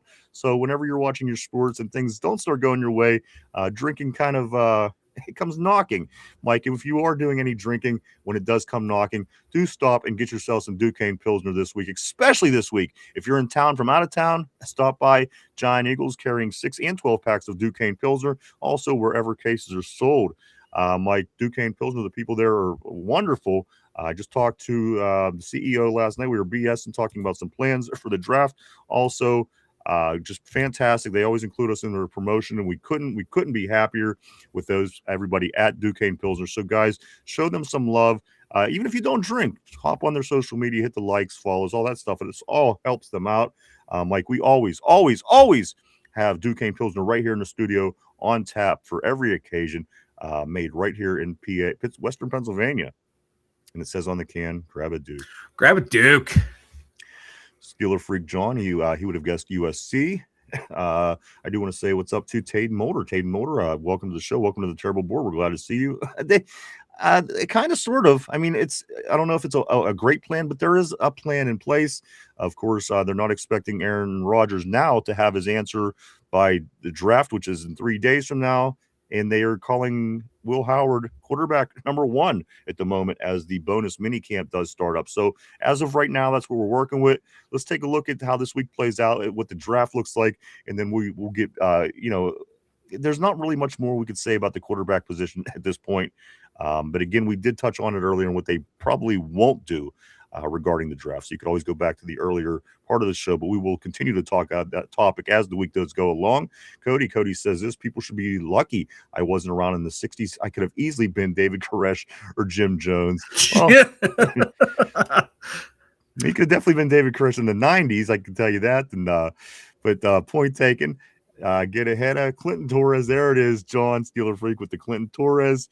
What else do we got, guys? Again, we're going to be getting all the picks, like the official picks. You, me, RB will be here tomorrow. Derpy will be here tomorrow. I think Chop will be calling in. I do know Finch will either be in at some point this week, or he'll be calling in. But we got to get everybody's number 1 Steeler first round pick, and we're going to put it up against one another tomorrow and see how it plays out at the end of the week once we get those results. So don't let me forget that. We have to get everybody's prediction on that. I knew who I'm going with. Do you know who you're going with? Don't tell me. But do you know who you're going to go with for that first round pick for the Pittsburgh Steelers? No, I don't, because I have like 5 guys. All right. At least that I could choose from. And you know what? By the way this is playing out, it could really probably be all of them. So yeah, we'll get those picks out tomorrow. But I'm not going to cheat. I will just say 1. We'll get our official picks out tomorrow. Mike will say just 1. That's what he says. Also, what else do we got going on, Mike? What else do we got going on? The Aaron Rodgers watch. I don't know how close we were going to watch. Again, this morning it's saying that it's not looking like it's going to be decisions going to be made prior to Thursday. That was kind of something we were looking at going into the weekend or the draft, of course, kind of hoping maybe we could get some word on Aaron, but we'll be keeping our eye on that as well. Tortilla Jim Bone Jones. John says, thank you, typo. There we go. And John Quinn says, my picks, Concepcion, Rutledge, Golday, Muhammad, Jackson Jr., Moore, Markle, Bell, Caldwell, looking good. Ty says, going down this year in Pick'ems. Woo! Pick'ems will be right around the corner. I can't wait for Pick'ems, baby. And also, John says, I heard clitoris when Ryan's first said his name. That's right. That's usually the direction people's minds go when they hear my name. Let's look at also these few things. My Penguins tonight. That's a 7:00 start. That is again game 2. Buccos are off today. They're traveling to Texas to play the Rangers and Andrew McCutcheon. That series starts tomorrow. That's a best of 3 this week. Again, Mike, so much action for our Pittsburgh teams. The NFL draft, of course, taking the crown, the king of everything. Mike, of course, our Steelers are king, but at the end of the day, you add something like this trumps everything, no matter what it is, anywhere, who you are, whatever. Exactly. Yes, it does. It does. Oh, God. Can it be Thursday? It can be in 3 days. It needs to be here. Don't get me wrong. I love the Buccos. I love the Steelers. I love the Hounds. But like you said, Steelers are king. The draft is all I'm worried about right now. It's never going to change. I hope it's not. The Steelers have always been king my whole life anyway.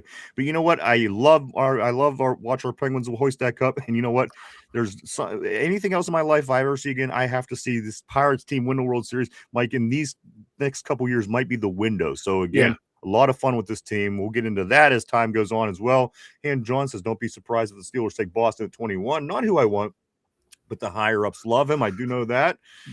What else do we got here? What else do we got, Mike? Also, besides Duquesne Pilsner, come check out our social media as well. We're all over the internet. You can find us on Facebook, X, formerly known as Twitter, Instagram, Threads, even TikTok. Also, if you haven't hit the like button yet below today, hit that like button. Hit the like, the sub, share, comment, if you will. It all helps in the algorithm, guys. We do appreciate it all greatly. Thank you. Mike, I am going to come around to you with your thoughts on today's show. We had Broderick Jones, we had Aaron Rodgers, we had Alex Highsmith, the 3 big topics on top of the NFL draft coming. Mike, your thoughts on the day? I don't want to see him go, but Alex Highsmith does make the most sense to move out of any player on this team. We have the depth at that position. You got a young guy ready to step up and be a starter. If you want to make a move in this draft or next draft to have ammunition for picks next year, Alex Highsmith makes the most sense. I like what he brings to this team. I think we need all 3 edges to remain competitive this year. But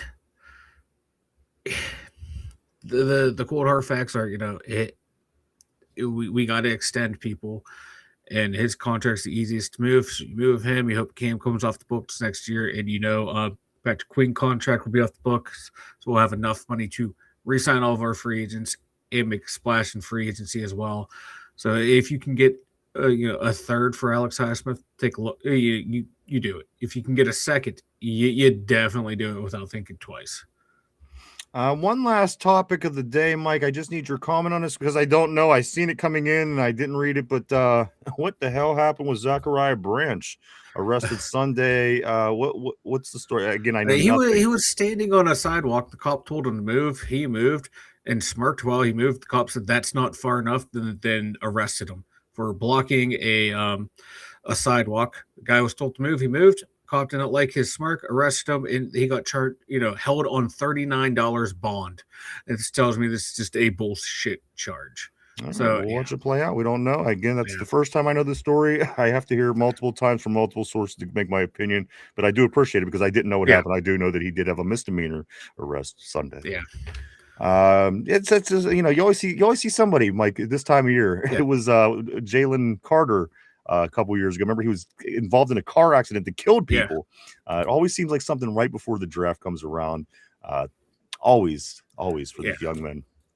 Let me grab a couple more of these, Mike. Hand John says this tomorrow. Tomorrow, regular time will be noon. We'll be here from noon till roughly 3 o'clock tomorrow. The rest of the week.